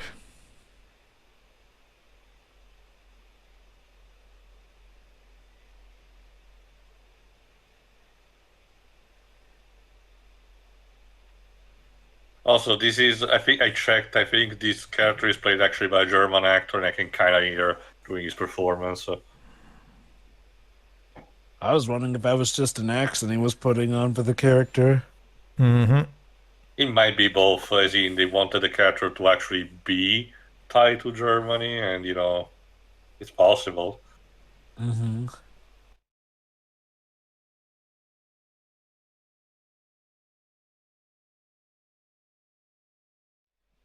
Damn you, Osmond Sadler.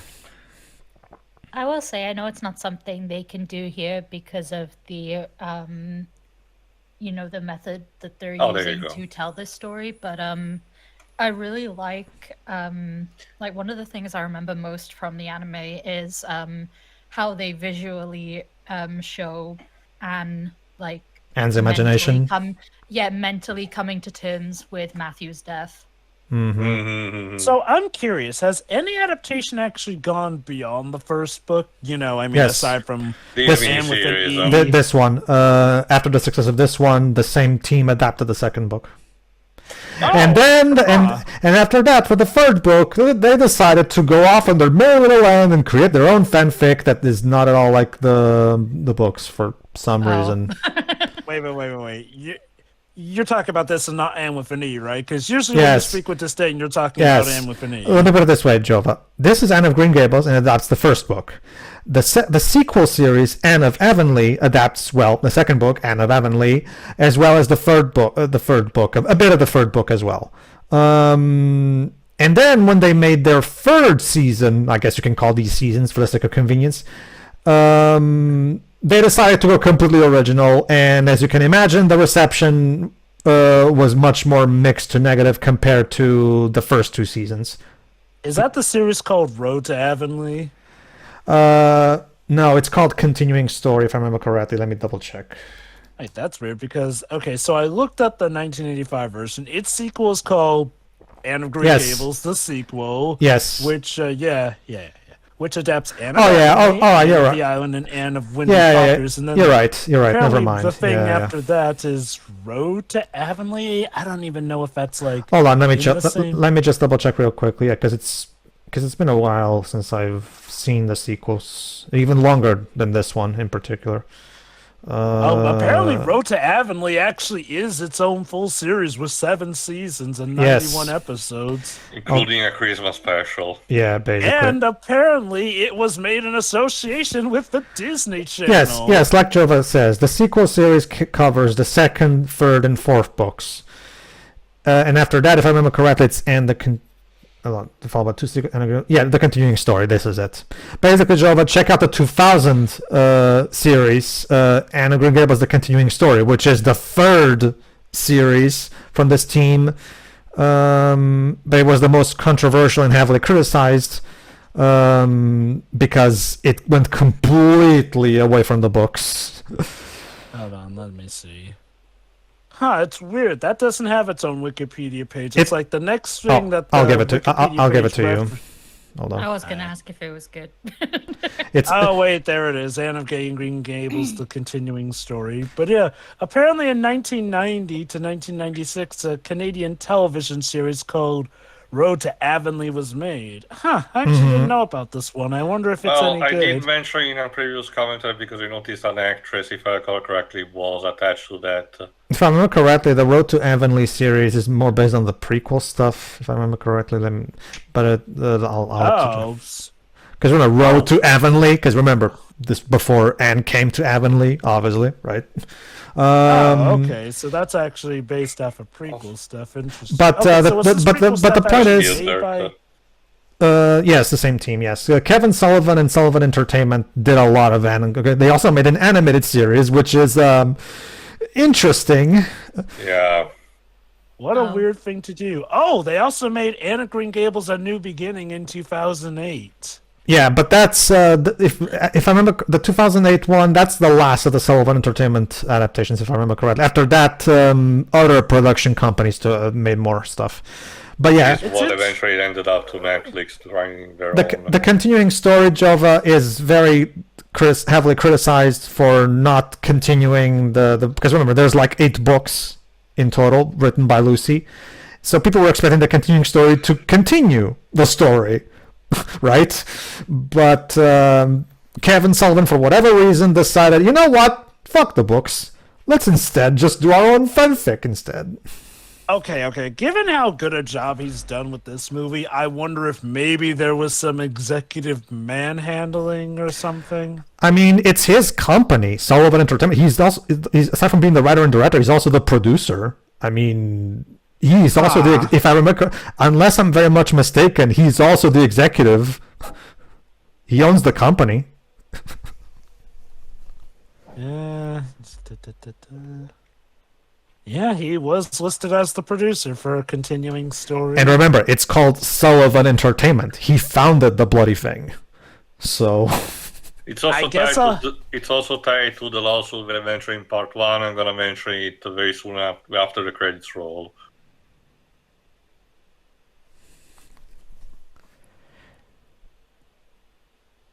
I think we're hopefully past that.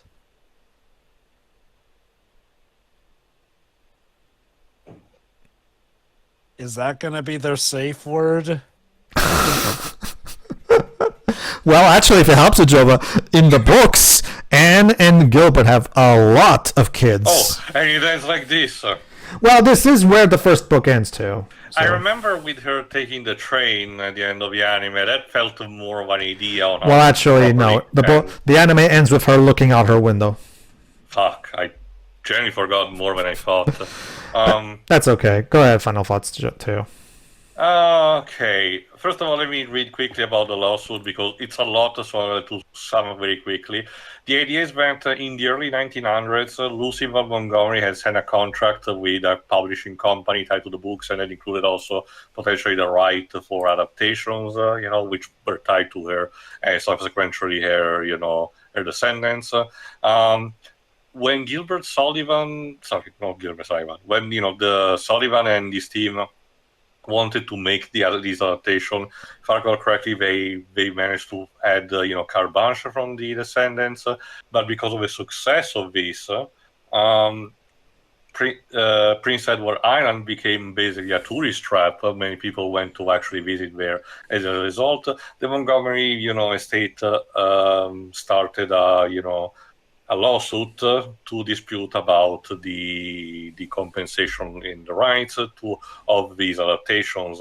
This went on for a very long while and included at one point also a Japanese court, don't ask, which apparently lampshaded, the judge of that court even lampshaded the whole absurdity of the quarrel by literally saying it is not clear from a legal point of view why permission from the heirs of the author of its related entity, the Anne of Green Gables licensing authority, was necessary. So basically, at the end of the day, it basically resolves with, so the descendants still get, part of the credit and part of, the profit and everything, but barely anything changed. So Sullivan and his team was, free to continue the adaptations that they did. So hence why they eventually made one in 2008, I guess. Many type of noises for nothing in the end. Anyways, for my final thoughts. Okay, I will say this. If you had not the possibility of seeing the anime back then, which for Canada itself was an unfortunate reality, this could be, I guess, an entry point when it comes to the adaptations. You can tell that there is a genuine effort. I still believe that the very beginning, it does not give a very good first impression. It basically picks up the pace, as it goes on. But the beginning feels a bit more rough. I don't know exactly what happened with that in terms of direction and acting. So it does improve, thankfully. But at the end of the day, it suffers from the problems that we mentioned about pace and overall, compression, storytelling compression. This really feels like it should have been at least a 3-parter instead of a 2-parter. I think with the 3-parter structure, it probably would have been fine because it would have been fine enough to adapt to the things that we mentioned that are lacking. And again, even a lot of the stuff that they do actually adapt feels very schemed, very through and through in order to get things done as quickly as possible. That is to say, however, it's still the fact that this showcase that the people involved did read the book and they generally wanted to provide a product that could have worked. I'm torn a bit apart about our main protagonist, actress, and their performance, because I'm more inclined to agree with what Pedro said. But there are moments where she does shine, and probably feels more like what the character is supposed to be. So I'm gonna chalk it up to bad direction from Sullivan himself, and say that either he did not thought to do another take maybe because of cost and everything, or genuinely believe that the ones that they got were fine enough when instead should have possibly given better judgment to that. The other actors are overall fine in terms of delivery and even appearance. So the costumes technically are fine. The music is overall okay. For a miniseries, there's a genuine attempt of emulating better the orchestra instead of actually relying too much on synths. So that is one of the many problems of the Stephen King miniseries. Instead, they rely way too much on the synths.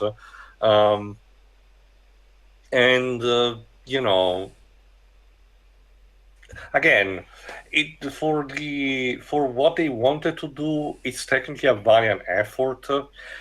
It's unfortunately overshadowed by just the fact that the anime is objectively better, in terms of coverage and adaptation. The only thing that is definitely lacking might be the acting, because the anime had the disadvantage of having its only English dub being a South African dub, which as I think I mentioned during the commentary, that was technically fine in itself, but obviously it's working with resources that you get, where in this case you have a mixture of native Canadians and United States actors, which obviously it gives better performance all across the board. Again, I'm mostly torn.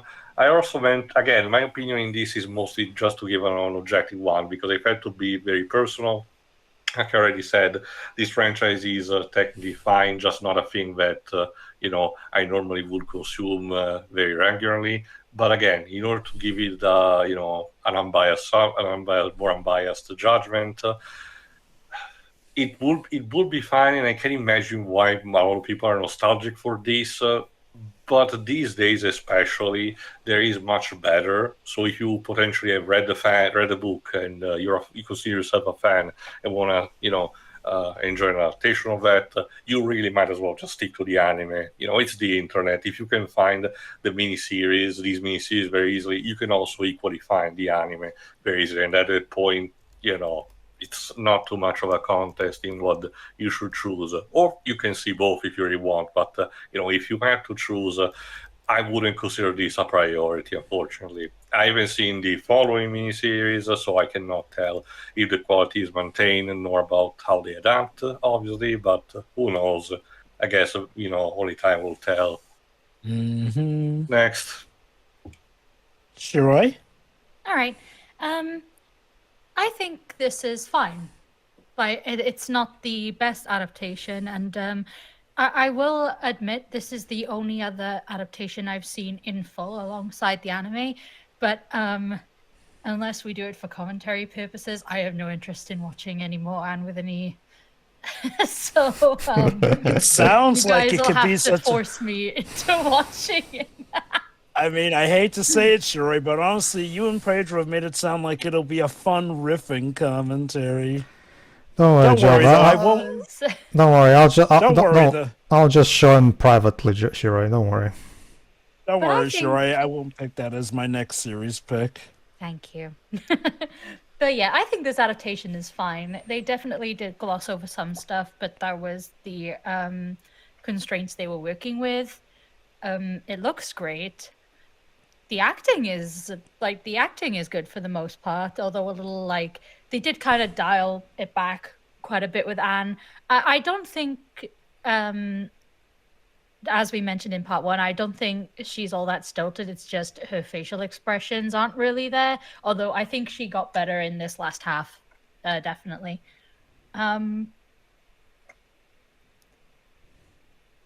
I think they got the main gist of the story out there. Again, it is not the best adaptation, but I don't know. I think if this is what you have access to, then it's fine. Like I will say, I don't know. Try to get the book or an audiobook. Like this book is so popular that like audiobooks definitely exist. You can. If I remember right, I think there's an audiobook that you can listen to on YouTube, much like with the Little Prince. Let me check. Even Spotify has added audiobooks now, so it might even be there if you have a Well, subscription. remember the first two books are public domain, so anyone can just put the book. So anyone can just put the book up with no issues. Mm-hmm. Yeah, so like if audiobooks are something you need, like yeah, you could also go that route. But like I will never like for as bad as an adaptation can be, not like this one isn't that bad, but like I can never get too fully upset with an adaptation because it might be a bad adaptation that introduces somebody to something good.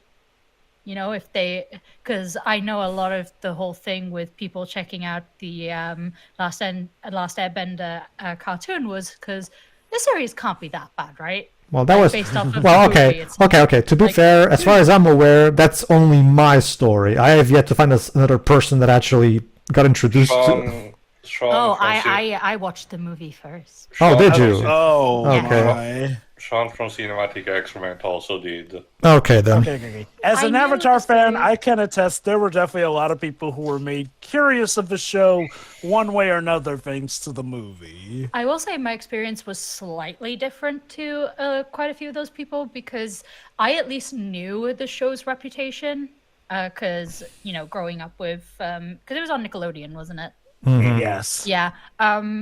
I didn't watch it though because I didn't think it would be my type of thing. I was very wrong, as I found out later in life. But yeah, like I at least knew the show's reputation. Like the movie was not my first exposure. But yeah, like bad adaptations can lead to people getting into good things. So I can never be, you know, completely mad at them. Damn, yeah, so like- Anne with Annie must have really worked overtime to piss you off. Oh yeah, I did. Anyway, but yeah, this was a fine adaptation, I think. Who's next? Jova. Java. Yeah, me. Yeah, no, I apparently actually grew up with this adaptation. I didn't know it had sequels, so that's something to check out. That being said, yes, I actually really like this adaptation. Now, mind you, it's not just because I grew up with it, because I'll be honest, I actually hadn't quite remembered it until we checked out Anne with Annie the anime. But, you know, it's a good, pleasant surprise, honestly. So, yeah, I'm going to be one who comes from a bit of a different perspective of this, but I feel like if you're somebody who likes adaptations, but you don't want to go through what may feel like a very, very, very long time with the anime, which covers pretty much every nook and cranny, but you still want something that covers the story relatively well. Of the adaptations I have seen or heard of, this definitely feels like, you know, one that fills that niche for the first book, anyway. I can't say how well the series handles stuff beyond, but if it's anything like this, I definitely have good faith in it. Now, obviously, if you want the most complete look at it without, just reading the book itself, yeah, obviously the anime gets that. However, for a lot of people, most notably the US and Canada itself, this is what we had instead of the anime because, again, apparently someone thought that Canada would not be a good selling place for Anne of Green Gables. That's like if somebody thought a Pinocchio adaptation would not do well in Italy. It's like literally the home of the story. Allow me to remind you that back in the 80s, the US got the World Masterpiece Theater adaptation of The Adventures of Tom Sawyer. And in case you might be wondering, if they might have been afraid of exporting the South African English dub, I'd like to remind you that Canada legally has to speak two languages, English and French, so we could have easily just exported the French version. I do wonder if that's also part of the reason why they're just going to remake the anime, because they figured, again, obviously we got the internet and stuff, but believe it or not, there are a lot of people who aren't internet savvy even in this day and age, so I wonder if, again, their logical way of thinking is... They could just give it an actual English dub these days. They kind that of... would be... Here's what done it with... I mentioned Satoshi Kon during the first part. A couple of his movies did receive recent dubs for release. Yeah, it would be very easy. Go on. Again, looking through the logic of the business execs here, my guess is that their mentality is, let's just remake it from the ground up, and then we can immediately funnel money into the sequels, essentially. Like, I'm guessing they're relying on nostalgia. Like, it's a way to essentially make money, remake style, essentially. That said, like Pedro did mention, and like even I feared, they are probably going to have pressure from people who are familiar with the anime.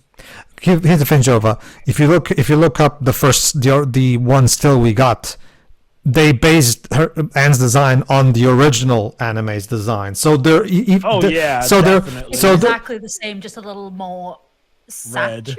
They're drawn, so they're all red. So they're practically begging you to compare to the original. That's the thing, which is not, which is probably not going to go well for them. How weird it is! Like even I was thinking, couldn't we have just gone straight to the sequels? I mean, again, like we mentioned, they made a prequel series that was meant to tie into the anime series, and that was in 2014, I think. 2009. 2009, over a decade. Actually, no, multiple decades after the original anime. But, again, I digress. Speaking about this adaptation in and of itself, I really do enjoy it. Like, the set design, the music, the actors, and the makeup, the costumage, it all comes together. It does feel like the book is coming to life. There are actually some bits where I actually do like some takes in this version better than that of the anime. Again, though, I will say this, though.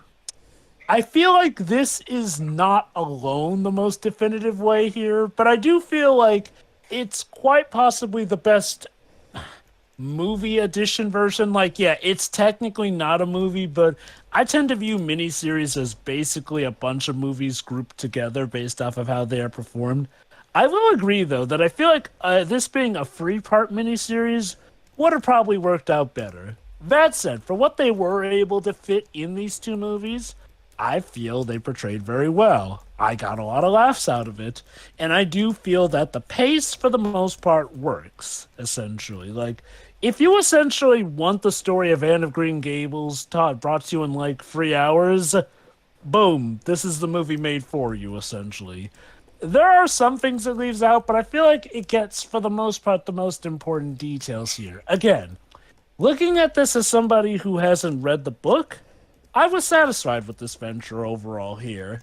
And I'm willing to give them the benefit of a doubt that, if this were in more modern times, they probably would have made the definitive Netflix series for this. Definitely better than what we got with Anne with an E. From what I've heard. Eventually I'll have a look at that, but I have definitely not heard good things about it. Regardless, though, I enjoyed this adaptation of it. I like what it brings to the table. And yeah, I feel that all the actors worked out well. Yes, I do agree that Anne feels a bit subdued, but I feel like it works enough for the particular context of the scenes here. And the actress does get to show that she definitely has the range that we would expect from Anne anyway. So, again, I feel it all just works, essentially, especially for the circumstances of this particular adaptation. So, yeah, this thing that has been brought back to me from my childhood, I'm glad to see that I actually can legit enjoy it as an adult and not just for the nostalgic factor. Which leads us to Pedro. Close us out with your final thoughts. All right. So for this, it's just like I said. I don't want to be mean because, like Theo said, I can tell that the people who made this put a lot of effort and care into it. And like we've said, like 3 hours was not enough to cover this book as it needed to, because the book is very imperative on details. Practically every scene in the book is important, and it can be a very difficult. I don't even know how to begin if I were to compress this book into 3 hours.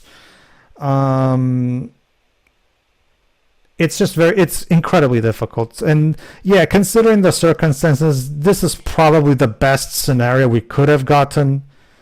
Although I will argue that there are some decisions that could have been avoided. Like I said, we could have, we could, instead of writing in the flashback stuff in real time before the beginning of the book, I feel like it would have been better to start the series at where the book starts, and the 10 minutes you gain from that, use it to cover chapter 4. Or rather, I should say chapter 5, actually. I'm thinking of episode 4 of the anime. Because chapter 5 of the anime, chapter 5 of the book is where they cover, where we have the long conversation between Marilla and Anne. Before we get to Mrs. Spencer. So yeah.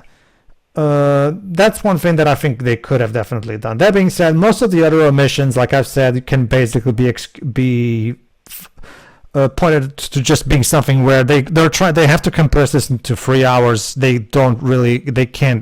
have to cut. They have no choice.